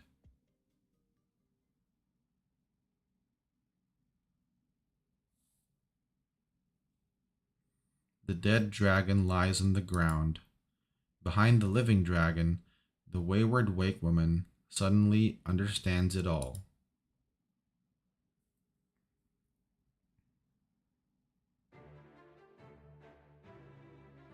She deceived you. No, she didn't deceive anyone. She set this all up, knowing you would never allow the entire city to die with her. She baited you into piercing her vessel, freeing her from her bonds, and allowing the purple fire to spread, burning us all to ashes on the eve of Samhain. Why would she take such a risk for a festival that she never cared about? I'm affected by the purple flames too. I can feel the flames of death burning in my chest colder than ever, so cold I'm growing number by the minute. It doesn't matter whether she's seeking dominion over all of Terra, or if she's simply gone mad and wants the city to die with her. It's neither. Terra already belongs to her, and she was very much lucid. Nemos, is her body still there? I'll go check.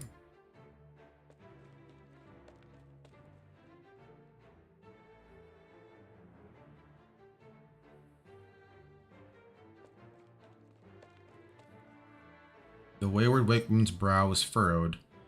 Perhaps she has never felt such malice in all her life, and as such has never harbored such resolve. Her body is... The sound of burning drowns out her answer. Whatever she's trying to do, Na Circe is not fully gone. The fire returning ceremony can still go on. It must go on. I'm well aware. I'll inform the citizens that the wicked red dragon they worshipped is dead. What about Brigid? I've asked her to leave the city and find the Wakeman. And how are you going to tell people that Ablana is dead? With a coffin, that seems appropriate. Even coffins are in short supply, but she is not some nameless nobody. She deserves one. Is something wrong? No, I'm simply realizing how ugly the path she walked is. A path that even now waves at me invitingly, and it's an invitation I have no choice but to accept. Go, Nemos, I will buy you some time. You mean from the dark mist? Yes, if it wants to be part of a Samhain festivities, I will keep it at bay. I can hardly wait to ask the mist how to return the red dragon's flame to darkness. I still want to know what this whole mist's, because it's almost like it's intelligent.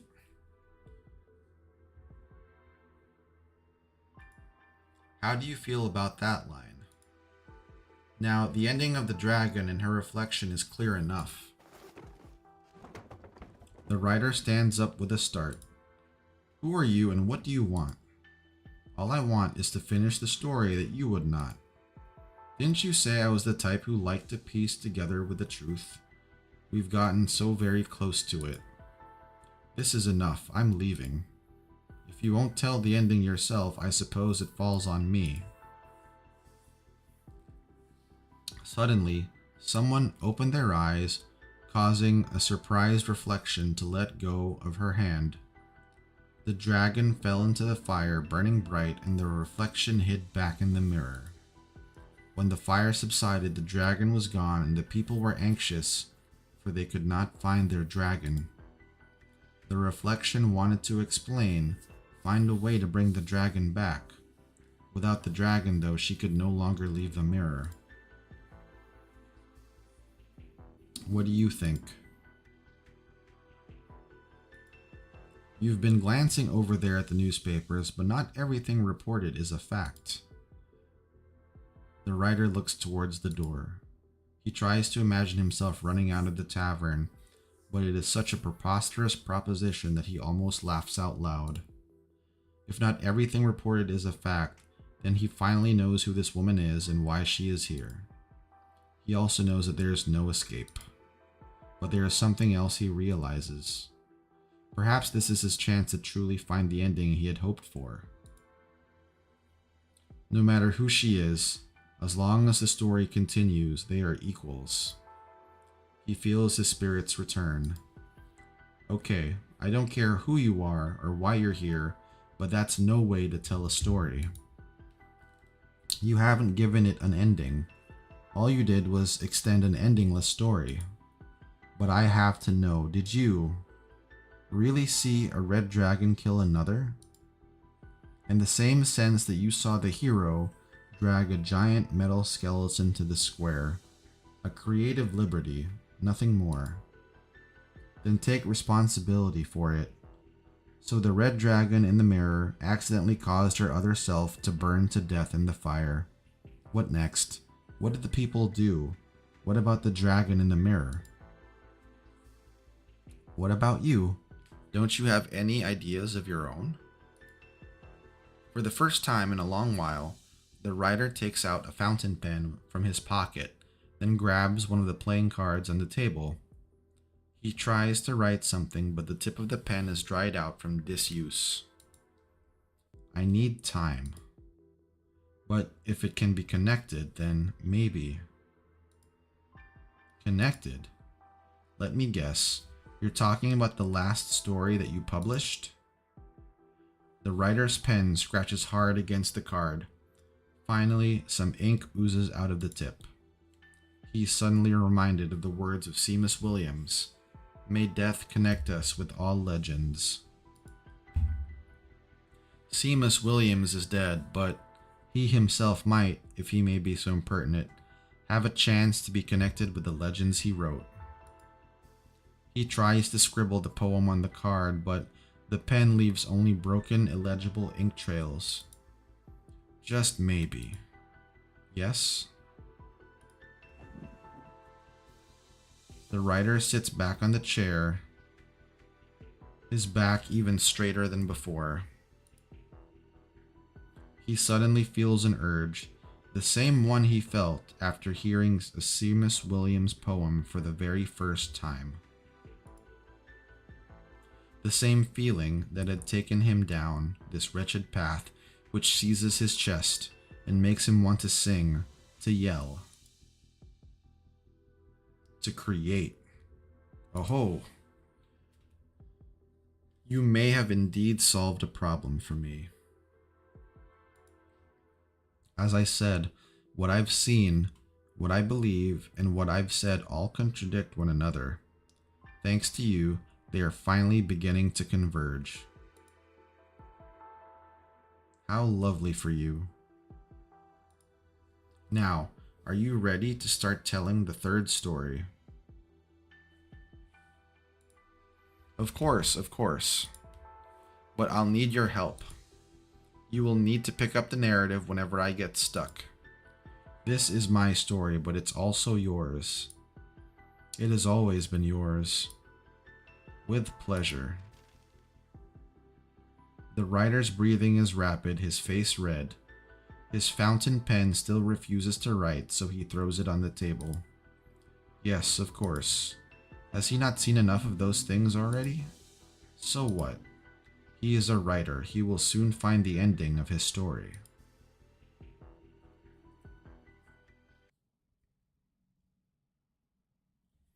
Well, I wonder if he'll survive too, Comrades, let us move out.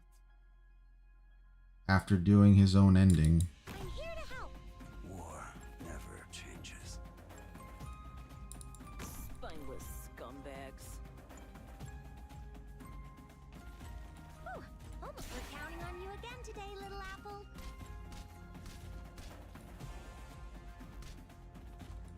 Hear the roar of my chest. What are you scared of?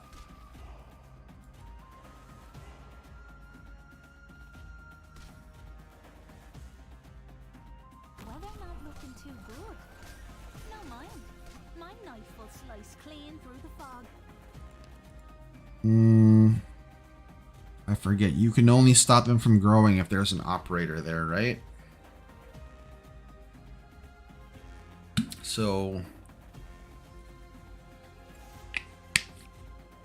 that whole path is going to be covered. Your lives are mine to protect.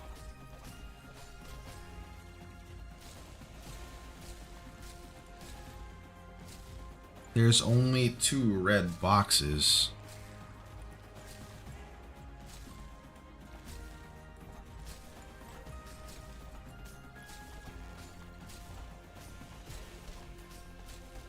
It definitely seems like there's more, though. I accept your invitation.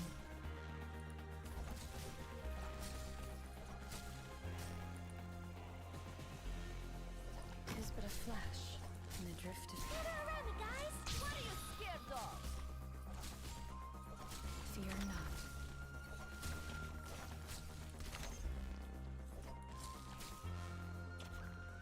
In position and ready to light 'em up. I'm prepared to fight.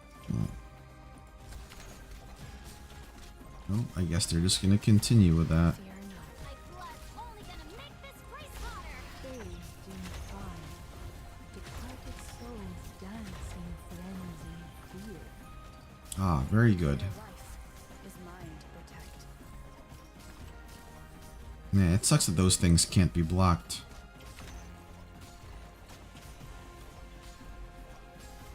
Where do you wish to go? Ooh, okay, I have to get serious now. Shining seems to have figured it out. Oh, that's right, because Let's begin. that was within her view. Need me to have an... I've been here too long. Let's wrap things up.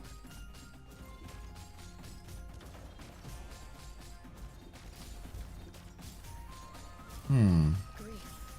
Ever echoes. So you have to see them before the thing shows up, though. My flame hold aged in fire, departed souls dance in frenzy fear. Fire! I'm prepared to fight and double. Where do you wish to go? We're counting on you again today, little apple.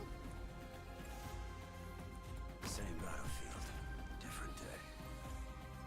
Too late now. Oh, is there a medal for that or something?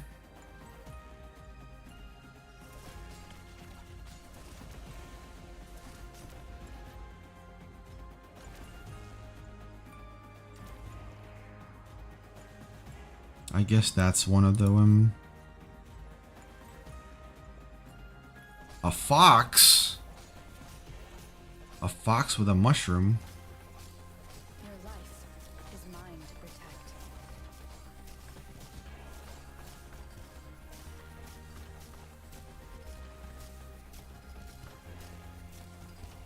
Oh shit. It's a good thing Blaze is able to get all of them. Protect. Yeah, less enemies is always nice, true.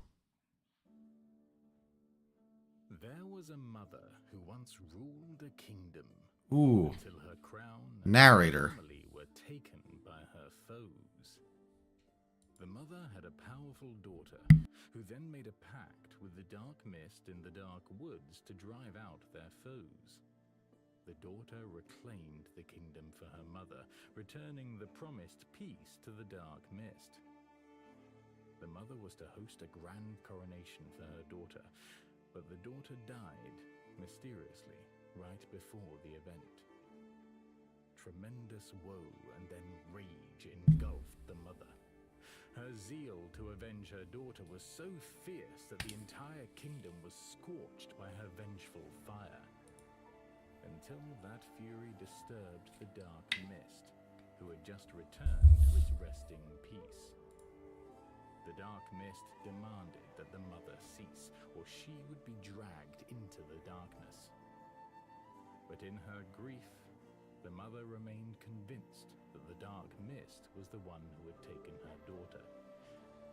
A desperate battle was then inevitable.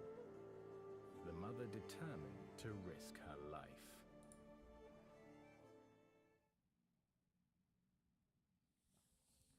That dark mist is full of questions, man. Nemos, read.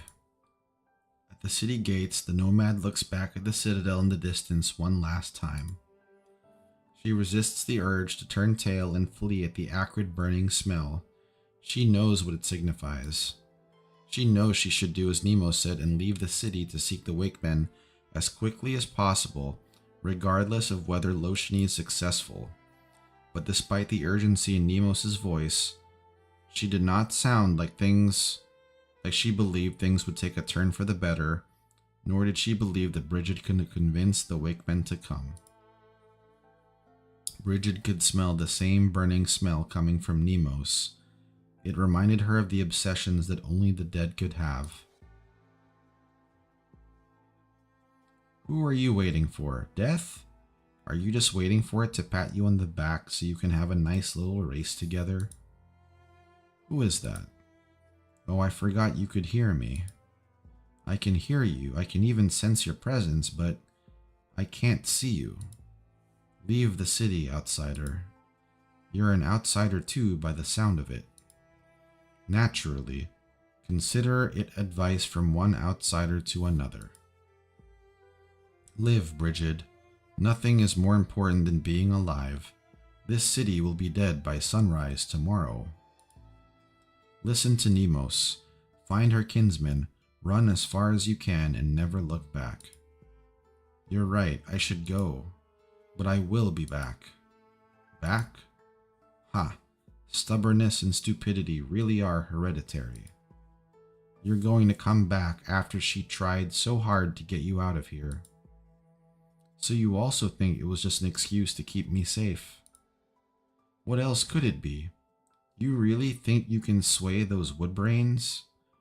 Maybe if you waited for spring, one of their brains would sprout, and they might come with you to the dark woods. I don't like the way you talk, invisible brother. What did you call me, brother? You have burnt stench, but other than that, you remind me of the nomads. No clue how you're related to us, but it feels right. Ha ha ha ha ha ha! Let's make a bet then, Brigid. A bet? On whether you'll be back tonight before Nasirsi is burned to the ground. I say it's impossible. That's not what you really want to bet on. Oh yeah? Then tell me what I'm really thinking. You just want to prove that you're right, that nothing is more important than being alive. You think I'll choose survival in the end.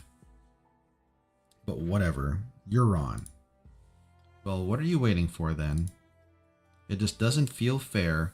If you win, I'll live the rest of my life in regret. But if I win, it doesn't really matter to a bystander like you. So how about this? If I win, you go back to where you came from. And where do you think I should go back to? No idea, but not here. This isn't your home. You sound like you've been betrayed by the city folk here before, but you still can't bring yourself to hurt them. You act like you want to see them reap what they sowed, but didn't sound happy at all when you talked about the city burning to the ground. Honestly, you're the most struggling person I've ever met, and enough. Oh, that hit a bit too close to home. Very well. If you win, I'll return to where I belong. But just coming back here to die won't cut it. What else do you need me to do then? Deliver a message to those woodbrains outside the city. Tell them. It's been 600 years. Nobody's blaming you anymore. Go do your jobs. Oh, and one more thing. You stupid woodbrains. What? Pass that on to those fools verbatim, especially the filthier bits. Did you get all that? Do you need me to repeat myself? No, the elders sometimes speak that language, so I understand it more or less. Then go. What are you waiting for? Was all of that just so you could tell me this? Just get moving already. The golden-haired nomad takes a deep breath and runs away from the city. Her ancestor, whose figure she never saw, stands in place, unmoving. That stubbornness and stupidity really are hereditary. Oh, that just might actually convince the Wakeman. Nemos turns to leave while Loshini looks towards the dark woods. The sun has set beneath the horizon. Curfew is about to begin. In the distance, she sees the dark mist spreading from the forest towards Nasirsi, thicker than ever.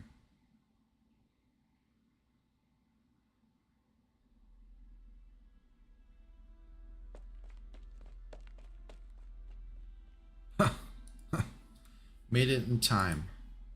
She raises her spear towards the mist outside, lighting a bright yellow spark in the city of purple.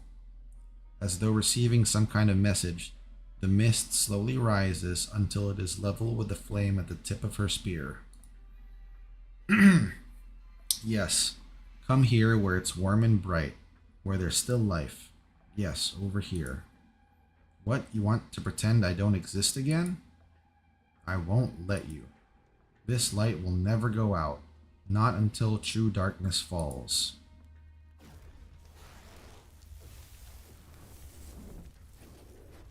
Attracted by the flame in her hand, Yet unable to approach, the mist begins to flow through the streets. Soon it returns, but this time, her flame can neither draw or repel it. There is a cacophony within the mist. She feels as though everything has gone dark all of a sudden. The dark mist has come. Is this your answer? Yes, this is my answer. It is incomplete. It needs time. Time is your enemy, not your friend. We'll see about that. The deathly fires have not yet completely transformed the people into the walking dead. They're still alive. There is still time to return the flames. And you're not going anywhere until Nemos awakens them. Ridiculous. Ridiculous, maybe. Maybe my strength, my wisdom, and my arts are all so insignificant to you that it seems ridiculous. But I have my resolve. I wonder if it's a Farinmut. Maybe it's a Farinmut, this dark mist. Nemos drags the coffin through the corridor. The red dragon's remains do not burn. They simply lie there quietly. This is how death should be, but Nemo seems to hear an ethereal voice laughing in her ear. Without hesitation, the wayward wake woman lifts the limp body and tosses it into the coffin. Damn. This coffin, Red Dragon, is your final resting place. It's where those like you belong. So where are you now? Are you still watching us from somewhere? With that twisted smile of yours? But this vessel, at least, is beyond your reach. Otherwise, you'd have burned me to ash by now. And this spear, which never left your side, how many times have you breathed your flames from it, and how many others like Kulan have been your victims? You don't even know the answer, do you? With great effort, Nemos lifts the spear and thrusts it into the coffin. Flames from its tip engulf the coffin in an instant, spreading along the rope connecting it to Nemos and merging with the purple fire on her. A deathly cold runs through Nemos's body, but she could hardly feel temperature at this point. You're mine now. I'll finish what Kulan started. Let's go to those lowly, despicable places that suffered from the war you stole victory in. You will be seen by all. Your death will be seen by all. They will know that you are dead, that the proud, imperious Red Dragon is dead. Here lies Eblana Dublin and his coffin covered in freezing flames. But what will they do then? I pray that your death will wake them up, of course, as Loshini hoped. That they'll know that the era you represented is over, that Nasirsi will escape this calamity, that Terra need not celebrate its rebirth with the death of a city.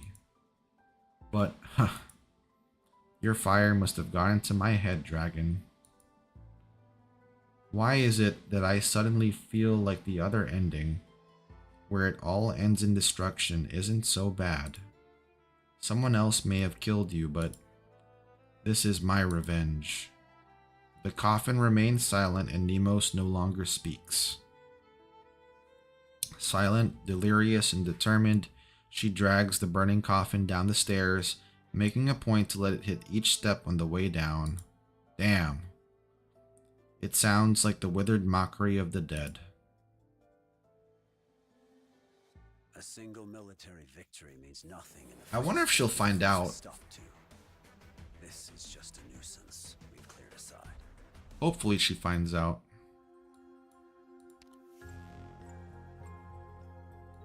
So we're gonna have a boss, right?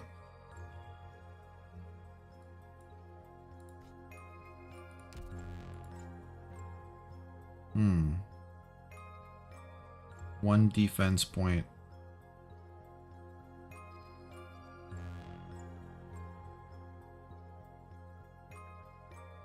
Honestly, it'd be better to... Okay. Alright.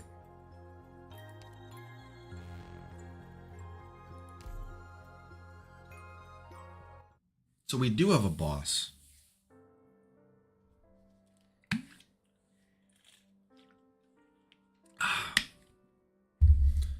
Nemos drags the coffin out of the citadel. Not a single soul is in the square with the statue. Curfew has begun, but she drags the red dragon's coffin over as the draconic flames burn within her own body. It's gonna be the statue, isn't it? Something's gonna happen to the statue. Wherever she goes, the darkness retreats.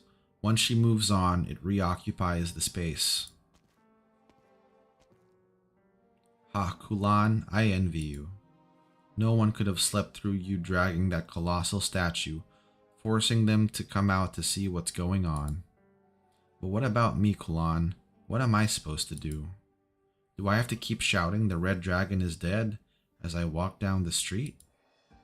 She lifts her head to meet the statue's eyes. The violet flames dancing within its pupils do not answer. She recalls the song she sung for the dead with the Wakemen all those years ago. Those from the city would also join in, if only for the first few lines. I hope you all remember the ancient ballads, Terrans. So, Red Dragon, which song should I sing to announce your death? How about the blasphemous Tim Finn's wake? Would you enjoy a funeral where people get into fights, splash whiskey on your corpse, then you wake up after smelling the alcohol? Forget it, no one wants you coming back to life. She casually sings another song that pops into her mind. The black clouds shroud the marsh and vales. The cold wind shakes through mountain hills. That sounds like something Logos would like. Yeah, that song sounds like something Logos would like. The wayward wake woman sings with a hoarse voice, dragging the burning coffin towards every inhabited part of the city she's familiar with. She stops at every house, making sure that the purple flames reflect in their windows and that the elegy is heard inside. The more she sings, the more intimately the flames envelope her body, overwhelming her sluggish senses and making every step feel like torturous labor. But it also lets her hear even the smallest snippets of speech from every window. Taran language classes, Kieran. That can't possibly be free, right? At that price, well, it's doable as long as we cut down on the wine. Bloody hell, Kieran. If I helped you more back then, could you have escaped the Victorians? Damn dark mist. If the red dragon won't drive it away, I'll do it myself. The black... Oh, and she's singing, and they're gonna hear her. Who is that? Nemos? What's she up to singing in the middle of the night? And what's that she's dragging that burns so bright? And that's how it starts.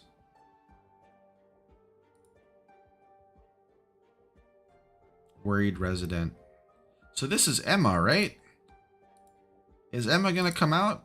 I thought she got killed by that other guy for her necklace.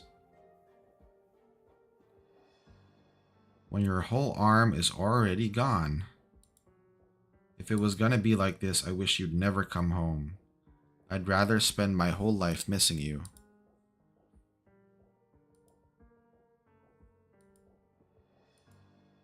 I know they're saying the lyrics, but like, I can't sing it. I don't know the tune. Who is it mourning?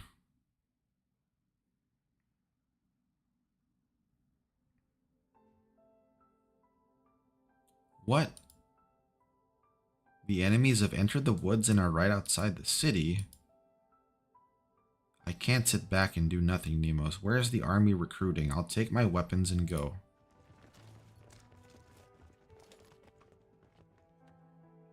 There is neither light nor any voice behind this window. That's Kalan's house, right? Yeah, that was Kalan's house.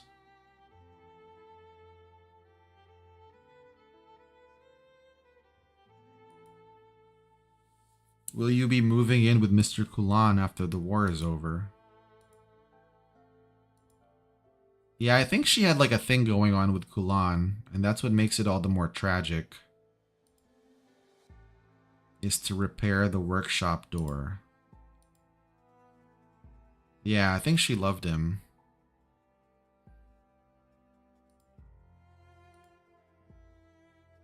Labratak had purple flames coming out of that fatal yeah, he was very ghostly. Very ghostly. Awake woman on the brink of death. Who does she think she's gonna rouse with these songs? When she can't even wake herself up. But whatever happens, Brigid, oh silly child of my distant bloodline, don't come back. This city isn't worth your life.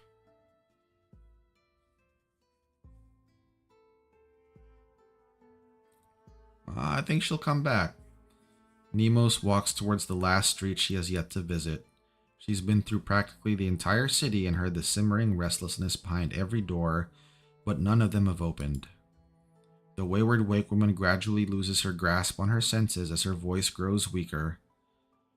She has sung every song she knows, even the blasphemous Tim Finn's Wake from start to finish. She has only one song left. She does not want to sing it, but now she has no other choice.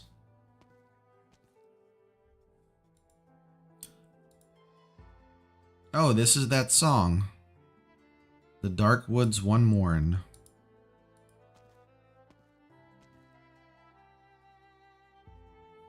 Even Ablana sung that.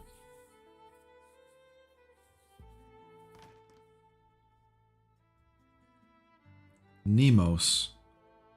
Dying resident Emma. I almost couldn't recognize you. You're still... I'm not doing good, Nemos. I'll be dead soon. I just want to lie in bed and stop breathing. My joints hurt and my throat is burning. I'm even seeing people who aren't with us anymore. But I heard your song and saw the coffin.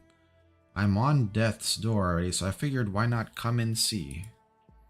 Where is the dark mist?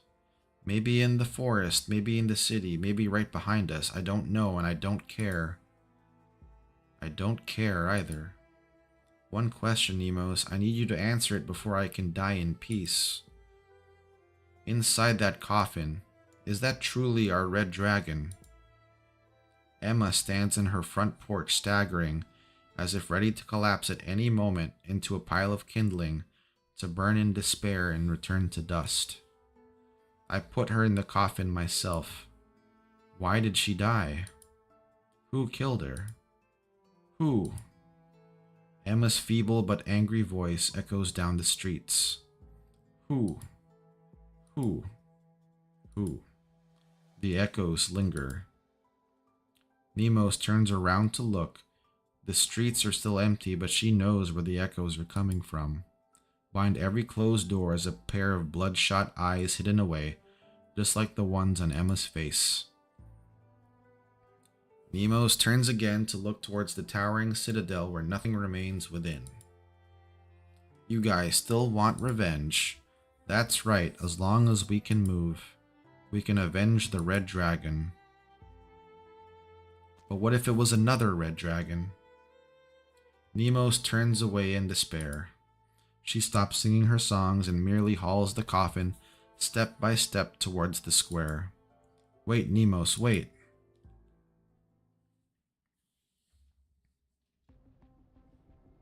Reed's still here? How many times must I repeat myself, Mist? Eblana is dead. I killed her with my own hands. Her body lies in the coffin Nemos is now dragging through the city. The people must know she is dead and return her violet flame so their bodies will no longer burn.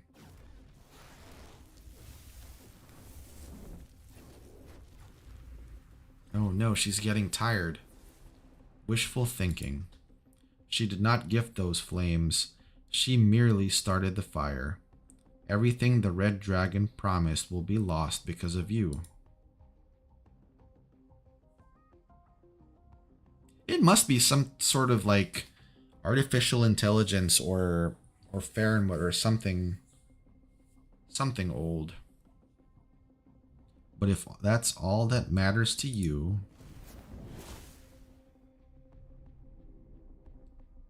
step by step until there is no more room any further. Only then does a fierce flame burst from her spear tip, melting the coldly lit vegetation. Know that only the red dragon stands before you. Whatever she's promised you, the only way you'll get it is through me. Do you hear the doors opening in the distance? You must have. Nemos aside, the first resident to break curfew has already opened their door. So for their sake, as well as the hundreds more who will take to the very same streets, you must remain here. Before my answer to Nasirsi is deemed a failure, before the people here are reduced to shambling corpses bent on tearing the dark mist apart, you have no right to take the lives of anyone trespassing in the dark. What arrogance? You call this arrogance? If Terra needs it, I can be far more arrogant than that. The red dragon speaks no more, and the flames of life burn brightly atop her spear. She steps forward with her back straight, no longer dodging the ice-cold branches, but allowing them to lace her body with bloodied scrap. Is it just me, or as the last few lines rhymed? They've been trying to get a rhyming scheme going now.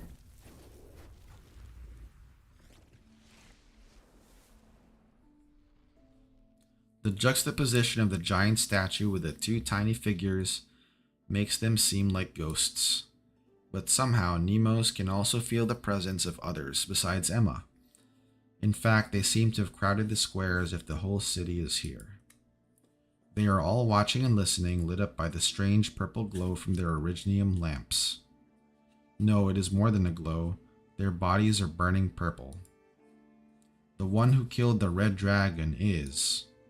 Nemos knows they haven't changed a bit. They are still waiting for her to name a name they can curse or then destroy, or maybe they will even destroy themselves. Oceany? No one would believe there are actually two red dragons. Who else then? How about just tell the truth and she'll appear, right? She has a thought. Why not just say it was the Dark Mist or the Victorians? Revenge indeed. Let these lunatics dash into the mist and die in the red dragon's name. Let them fulfill their desire for vengeance and let this violet city die. It was born in disgrace. Let it die in madness. Yes, die. Let everyone who stayed perish, just like those who left and went into the dark mist. I stepped into the dark woods one morn, calling to the mists of horror. Nemos turned to look at the colossal red dragon sculpture and recalls that recent evening awash with confusion and sorrow. What was he thinking, the man who dragged this statue into the square? What song was he singing in his heart? I know I said it last stream, but I honestly feel like the writers of these recent events, they're putting like way too much exposition, man. I feel like they're just saying things just to say them.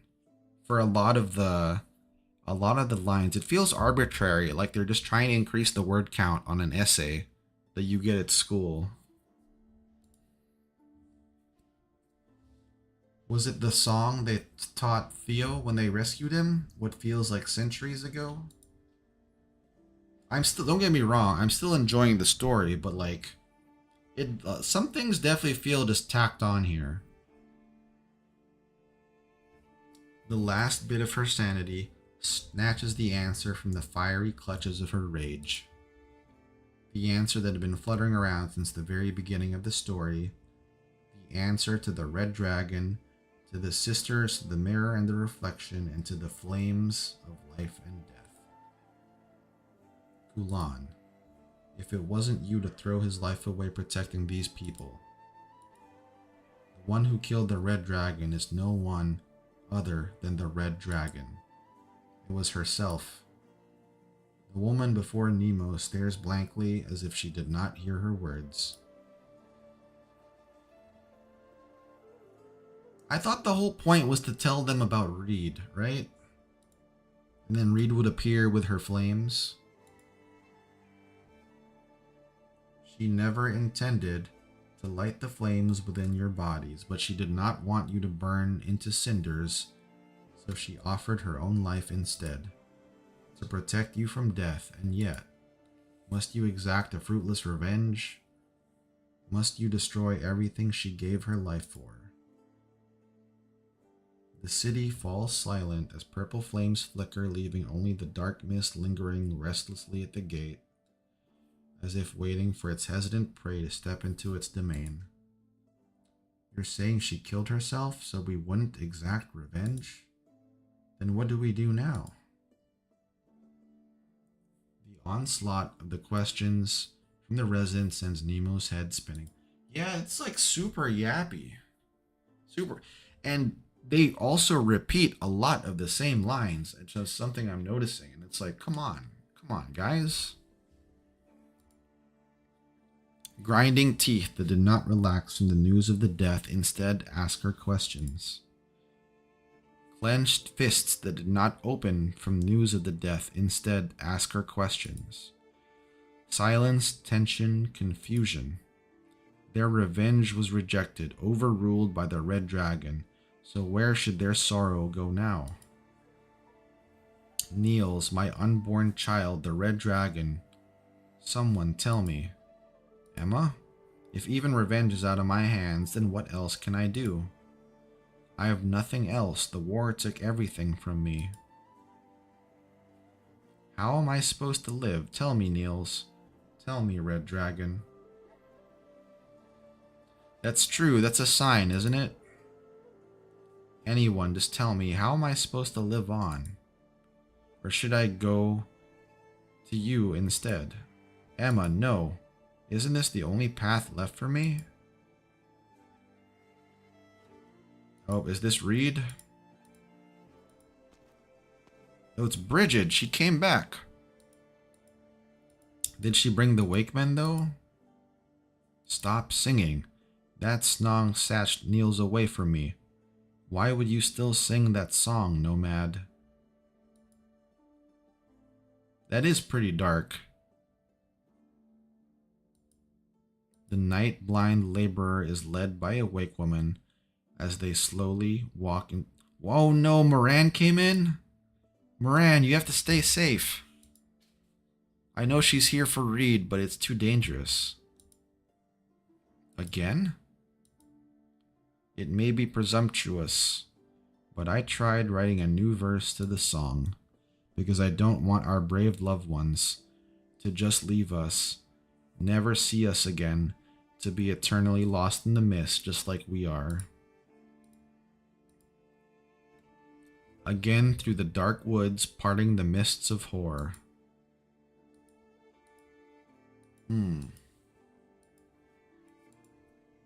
Not to reunite, but to light the path you trod. A tear trickles from Emma's eyes, streaking across her sallow face. Return it.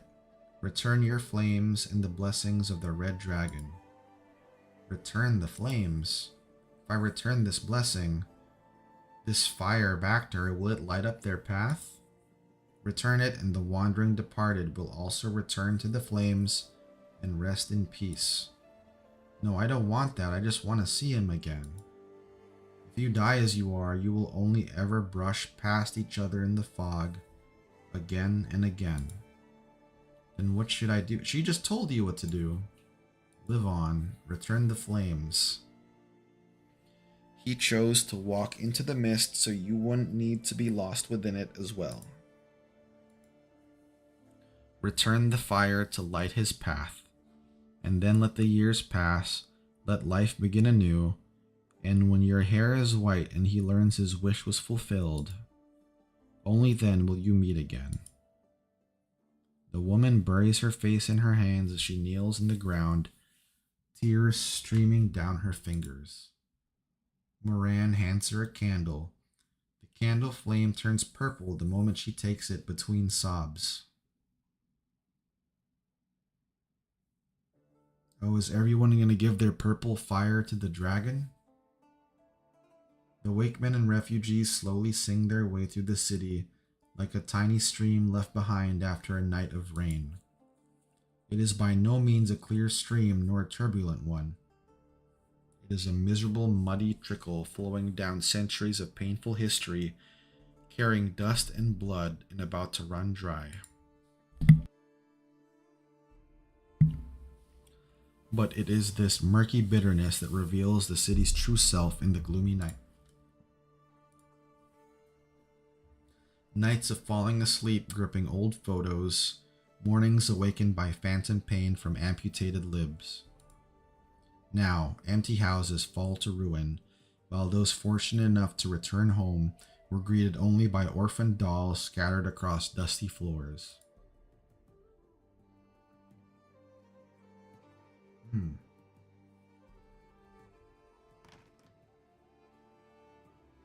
The doors are opening. I guess everyone's finally coming back now. Some leave their homes with candles in hand, while many more follow Emma's lead and take one from the Wake Woman. The flames still burn purple, but seem to have softened and bear a bit of warmth. Finally. Place the red dragon's coffin at the statue's base, Nemos. It seems Nasirsi will witness a grand fire returning ceremony tonight. You should be the first, Nemos. Me? But this is her funeral, so are you sure? It is more than just hers, is it not? The Wake Woman looks around, trying to pinpoint the shadow of a stranger. But even if the ghost wasn't trying to hide from her, she has no way of hearing the long overdue words of forgiveness from his mouth. Now we're even, Woodbrains. Nemos takes a candle from the Wake Woman and bows before the burning coffin beneath the dragon statue. R.I.P. Rest in peace. She deliberately neglected to mention the name of the departed. She places the candle before the coffin, no longer able to stop her tears from crashing into the flames. Violet fire instantly rises up into the sky, spreading from the coffin to the entire statue. The entire sculpture is set ablaze. Yeah, right. F for respect. Oh, this is going to be the boss, isn't it?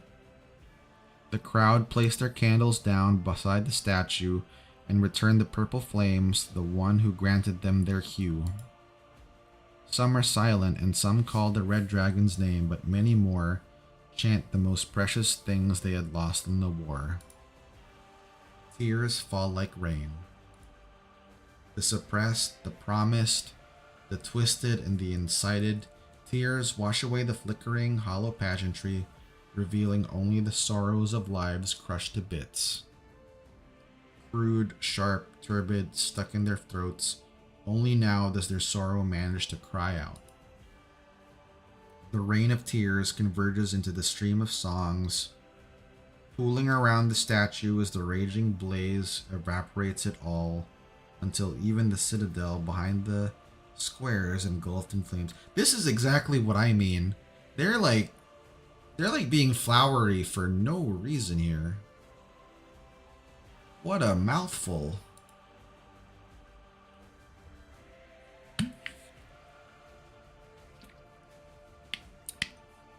I wonder if it's because it's like specifically it's translated text, you know, from like Chinese to English. I wonder if that's like a result of that.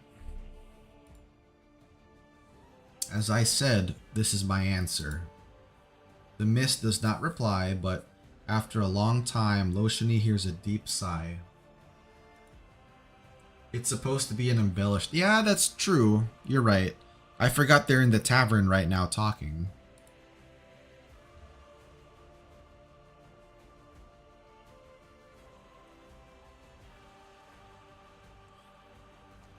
Oh, it went back.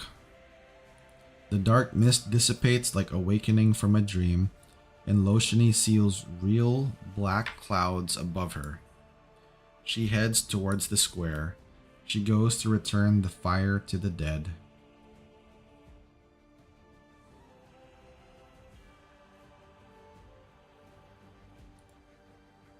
Oh, I clicked yes.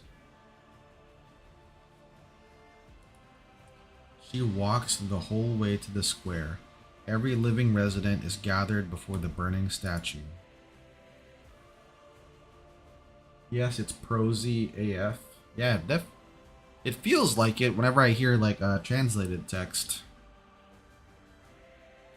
The soaring purple flames have already taken over one side of the citadel. No one is able to approach, so Loshini gets all the space she could want. It should work from here, too. Eblana, may Terra never need your flames again. A small blossom of fire flies from Loshini's palm. She does not know if this conforms to funerary tradition. It is simply an act of instinct. The bright yellow flower flutters into the purple blaze. Loshini stands quietly as the other fire returners have done. But the fire does not die out.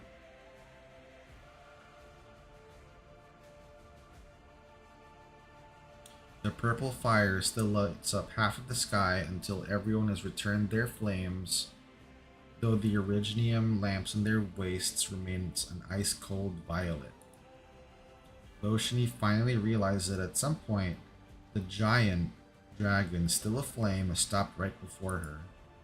She meets its eyes, Eblana's eyes. Still not giving up, Eblana. Very well then, I'll play along with you. One last time. Loshini's spear tip flares up as the giant dragon flaps its wings and charges towards her.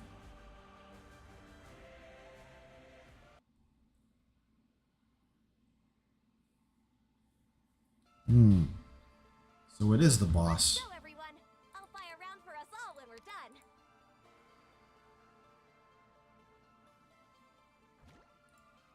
In the opposite direction. Good scenery here, Doctor.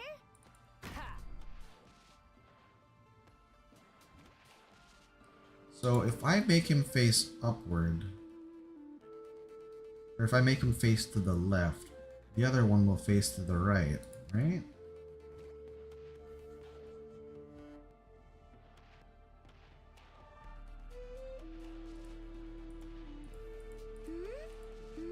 We're counting on you again today. Victory or death! Just so you know, this here's a knife, not a boomerang.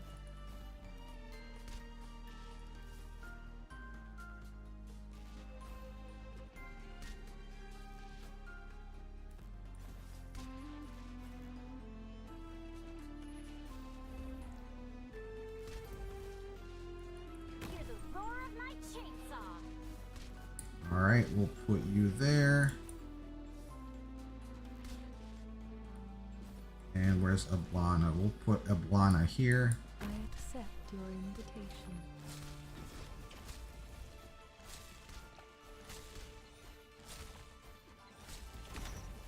There we go. Finally, one of them got built up. I see it. A touch of my finger shall crumble your wings.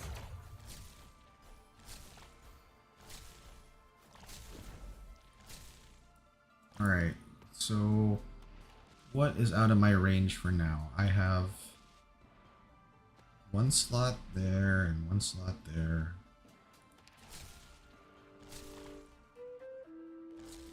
Oh, but that thing is covering up.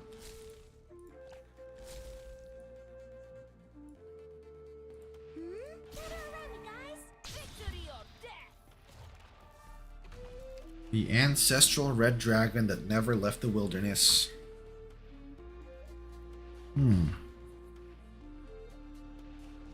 Alright, I'm gonna start hitting it.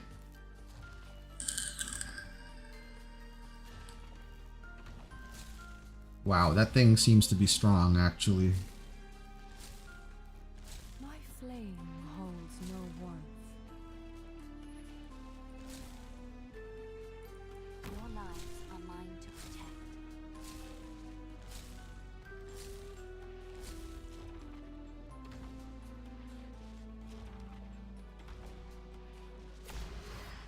My blood's only gonna make this place hotter.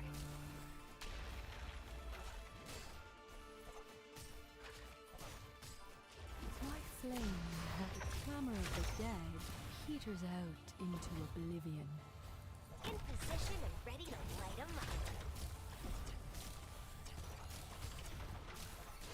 Duh, it's me. I'm ready to fight. Let's see, are you close enough to heal Lablana? Yes, you are. Thank goodness. I see it. A touch of my finger shall come. Panicking just spreads the fire faster.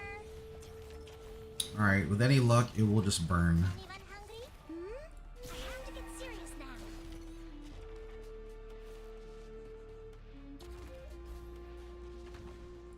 First, remember the combat. Oh crap, no. This bit of It's flash. Blaze who needs to heal. Let me show you So it drops a purple, the purple flame on her too. Touch of my finger shall crumble your limbs.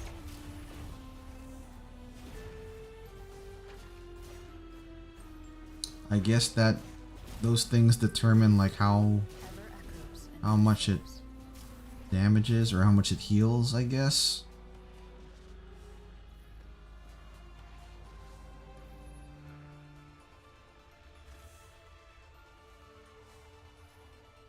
Yeah, she was staying burning.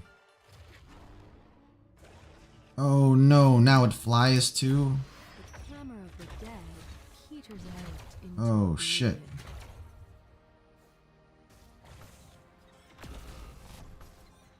I'm prepared for this endless burn.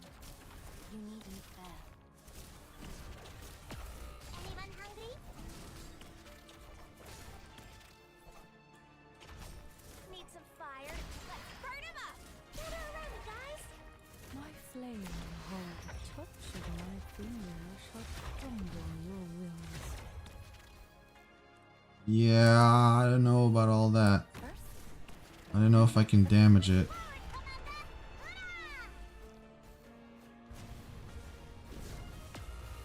Oh my gosh, and it breathes fire too. Is it my turn, Rosa? Believe in yourself. You can do it! Roar.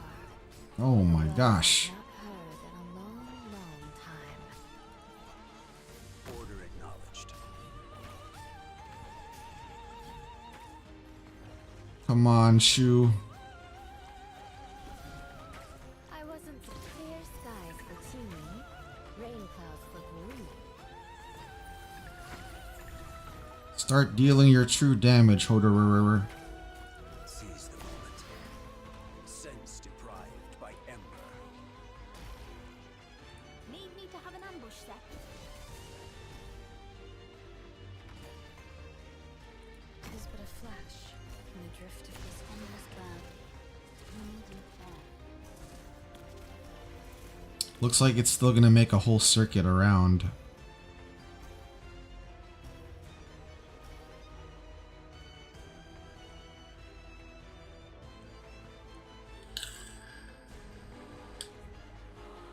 Crap, dude. I need to go soon, too. I don't know if I'll be able to read the epilogue.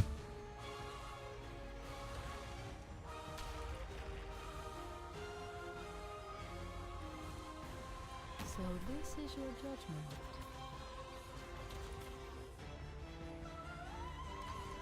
Hear the roar of my chainsaw. Artillerymen in position. Fear not. My flame hath bathed in fire. Departed souls dance in a No, Bridget.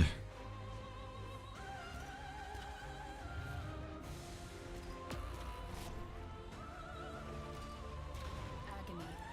So the mountains when summer leaves the white dew. This one's for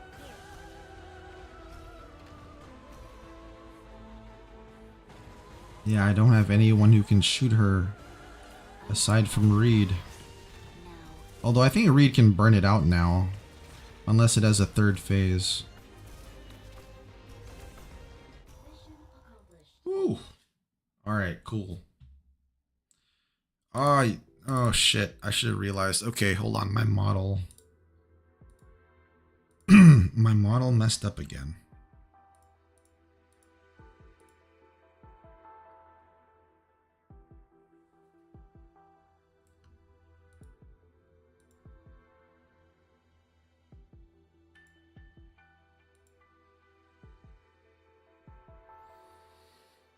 Okay, there we go. Your Highness, the singer has just sent word that the elocutionist and the rest have taken Loshini. They're on their way to County Hillock. I see. He only sent news after our troops left and the leader had already sent out for County Hillock.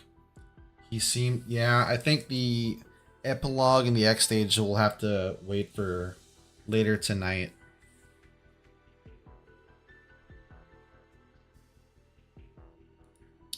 What should we do with him? Dublin has never needed him to be our eyes. No one is counting on him for this. My utmost apologies. I take full responsibility.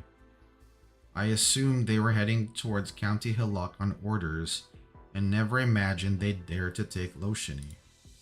But they haven't gone far, so we can still catch up if we set off now. Your Highness, I bring news from your sister. She hopes you can curb the elocutionist and his men from acting rashly and bring her back. She said that herself? That's right. I'll mobilize the troops at once. Hold on. Your Highness, we should stop them as soon as possible. Also, I don't want to go to County Hillock, straight from the dragon's mouth. If that is truly her desire, then she ought to realize it with her own hands. It would be no difficult task with her flames.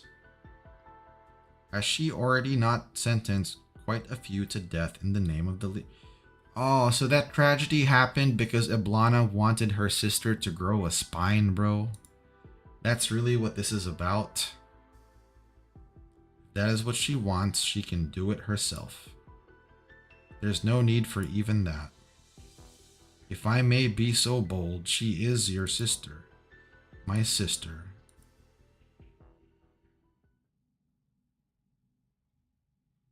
Yeah, I don't think Iblana was expecting what happened to actually happen. She stabs her spear firmly in its eye socket. Still unable to commit to killing me, Loshini. Gradually, the dragon's voice overlaps with Iblana's, and even its body becomes hers. The scenery around them changes swiftly, just like that night in the ruins with Labratak.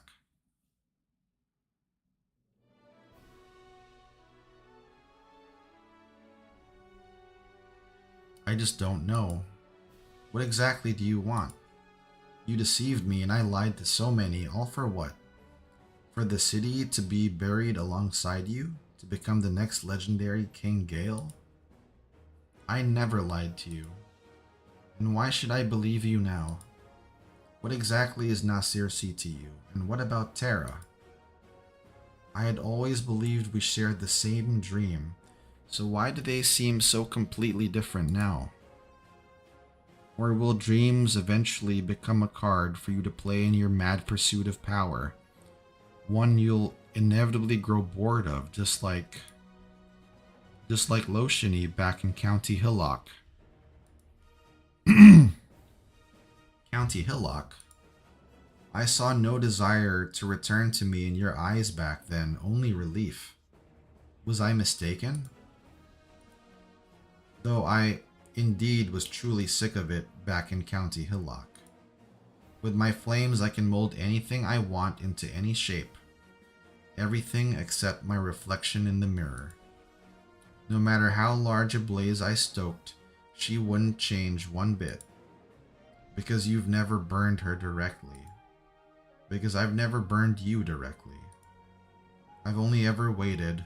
I've always been waiting. Waiting for you to give me an answer. An answer? Yeah, who would have thought they'd have nuked their own city? That's right, she asked her back then, what do you want? But if you want for nothing, Then what sort of position am I meant to leave by my side for you? Go on, this is your wish on a snowy night. I'll let you aspire as grand as you want.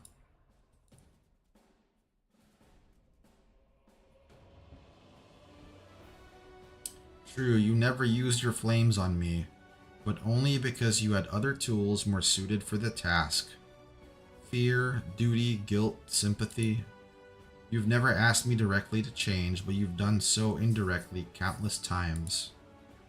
So all my attempts to guide you were useless, yet my apathy bore fruit. How terribly ironic. Whatever the case, you finally returned of your own will, ready to embrace a real life. That is enough. Conspiracies, lust for power, war, is that what you'd call a real life? Is it not? Stories, poems, legends, do you think those are enough to constitute a life worthy of you or I? I don't know. I've always been ashamed of myself. Even now, I hate myself for not sharing your suffering. I was the one who left, forcing you to shoulder it all on your own, letting them mold you into what you are now. No, Loshini. Recently, I've been wondering if you're just as arrogant as I am. The only difference is that my arrogance is directly at the land while yours is focused solely on me. What? Conspiracies, lust for power, war. Why do you assume those are what shaped me? They have never changed me. They simply happened to take on a form I was able to wield with ease, nothing more. The tiniest bit of power can decide whether one lives or dies. Even more power can decide the fate of armies, and an overwhelming amount can decide the rise and fall of nations. But power comes to an end. The poets have always known this, and I think you do too. Am I wrong, Loshini? Death mocks all equally, preparing a predestined end for those who crave power, ruthlessly snatching away everything they spent their whole lives chasing. So if you knew your path would come to naught, why did you still? Eblana backs away as the giant steel-forged dragon follows suit. Is it escaping or trying to hide? Loshini subconsciously eases her fire, but in the next moment, bites down on her lip and abruptly increases her strength, pushing Eblana forward. Very good. At least you have learned the most fundamental thing required for a life without me. Cruelty? Determination. If you have decided that this is the path of your life, then step forward and never look back. You should be telling that to the people of Nasirsi. Let me finish. Death mocks all equally, yet I shall mock death. So bless me, dear sister, for I am finally about to embark on a grand adventure. Eblana retreats again and again, the smile on her face fainter than ever.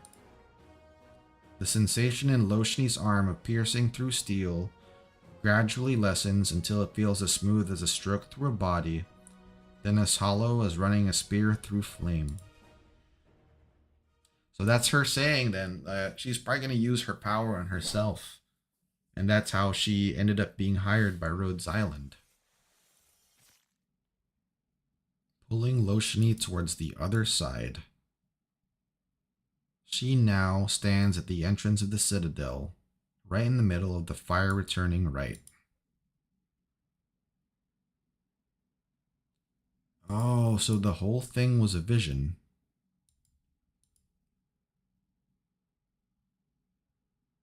Light shoots out from Loshini's spear, brighter than ever. The flames of life burst and fade in the center of death again and again, until her weapon can no longer stand her overloaded arts and bursts aflame as well. The dragon's bones crash and collide with each other like thousands of mouths, singing their separate elegies. The flames slowly grow warmer as Eblana's figure gradually fades. Loshini's lips quiver, itching to say words of farewell. Just tell her you love her. Tell your sister you love her. And this is goodbye. Eblana slowly cradles Loshini in an embrace. Farewell, till death do us meet again. I hope you enjoy my parting gift. Parting gift?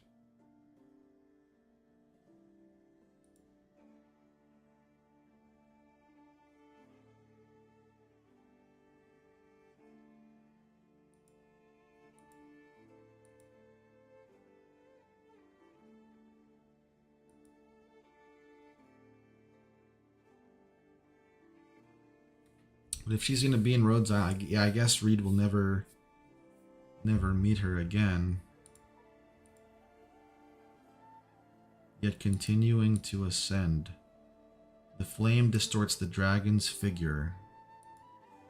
Everyone is silent, trying to identify its posture in the firelight, but all is in vain. Until Bridget cries out in surprise.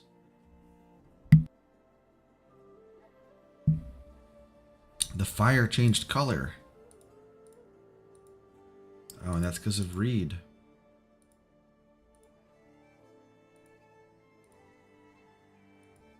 Perhaps a miracle is about to occur. Now I wonder if, are the people actually going to be saved, or are they going to turn into ashes? A miracle, one I have no choice but to accept for Terra. Is this the parting gift you prepared for me, sister?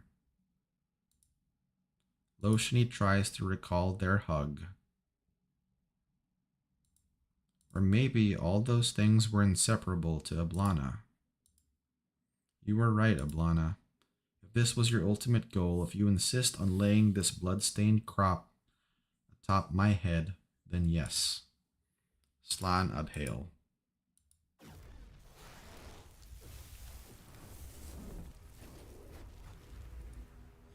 The Flaming Vortex. Wow, holy shit, I really need to go. Shoot. Okay, we're gonna go through this and continue on later. Shoot, sorry Reed, I can't read all of that right now.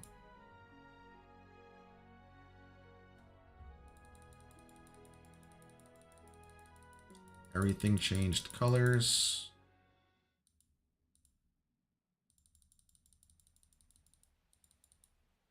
Oh my god. This is going to continue, isn't it? Okay, we will continue this later on. We should put out the fires before we call it a day. I'm sorry, guys.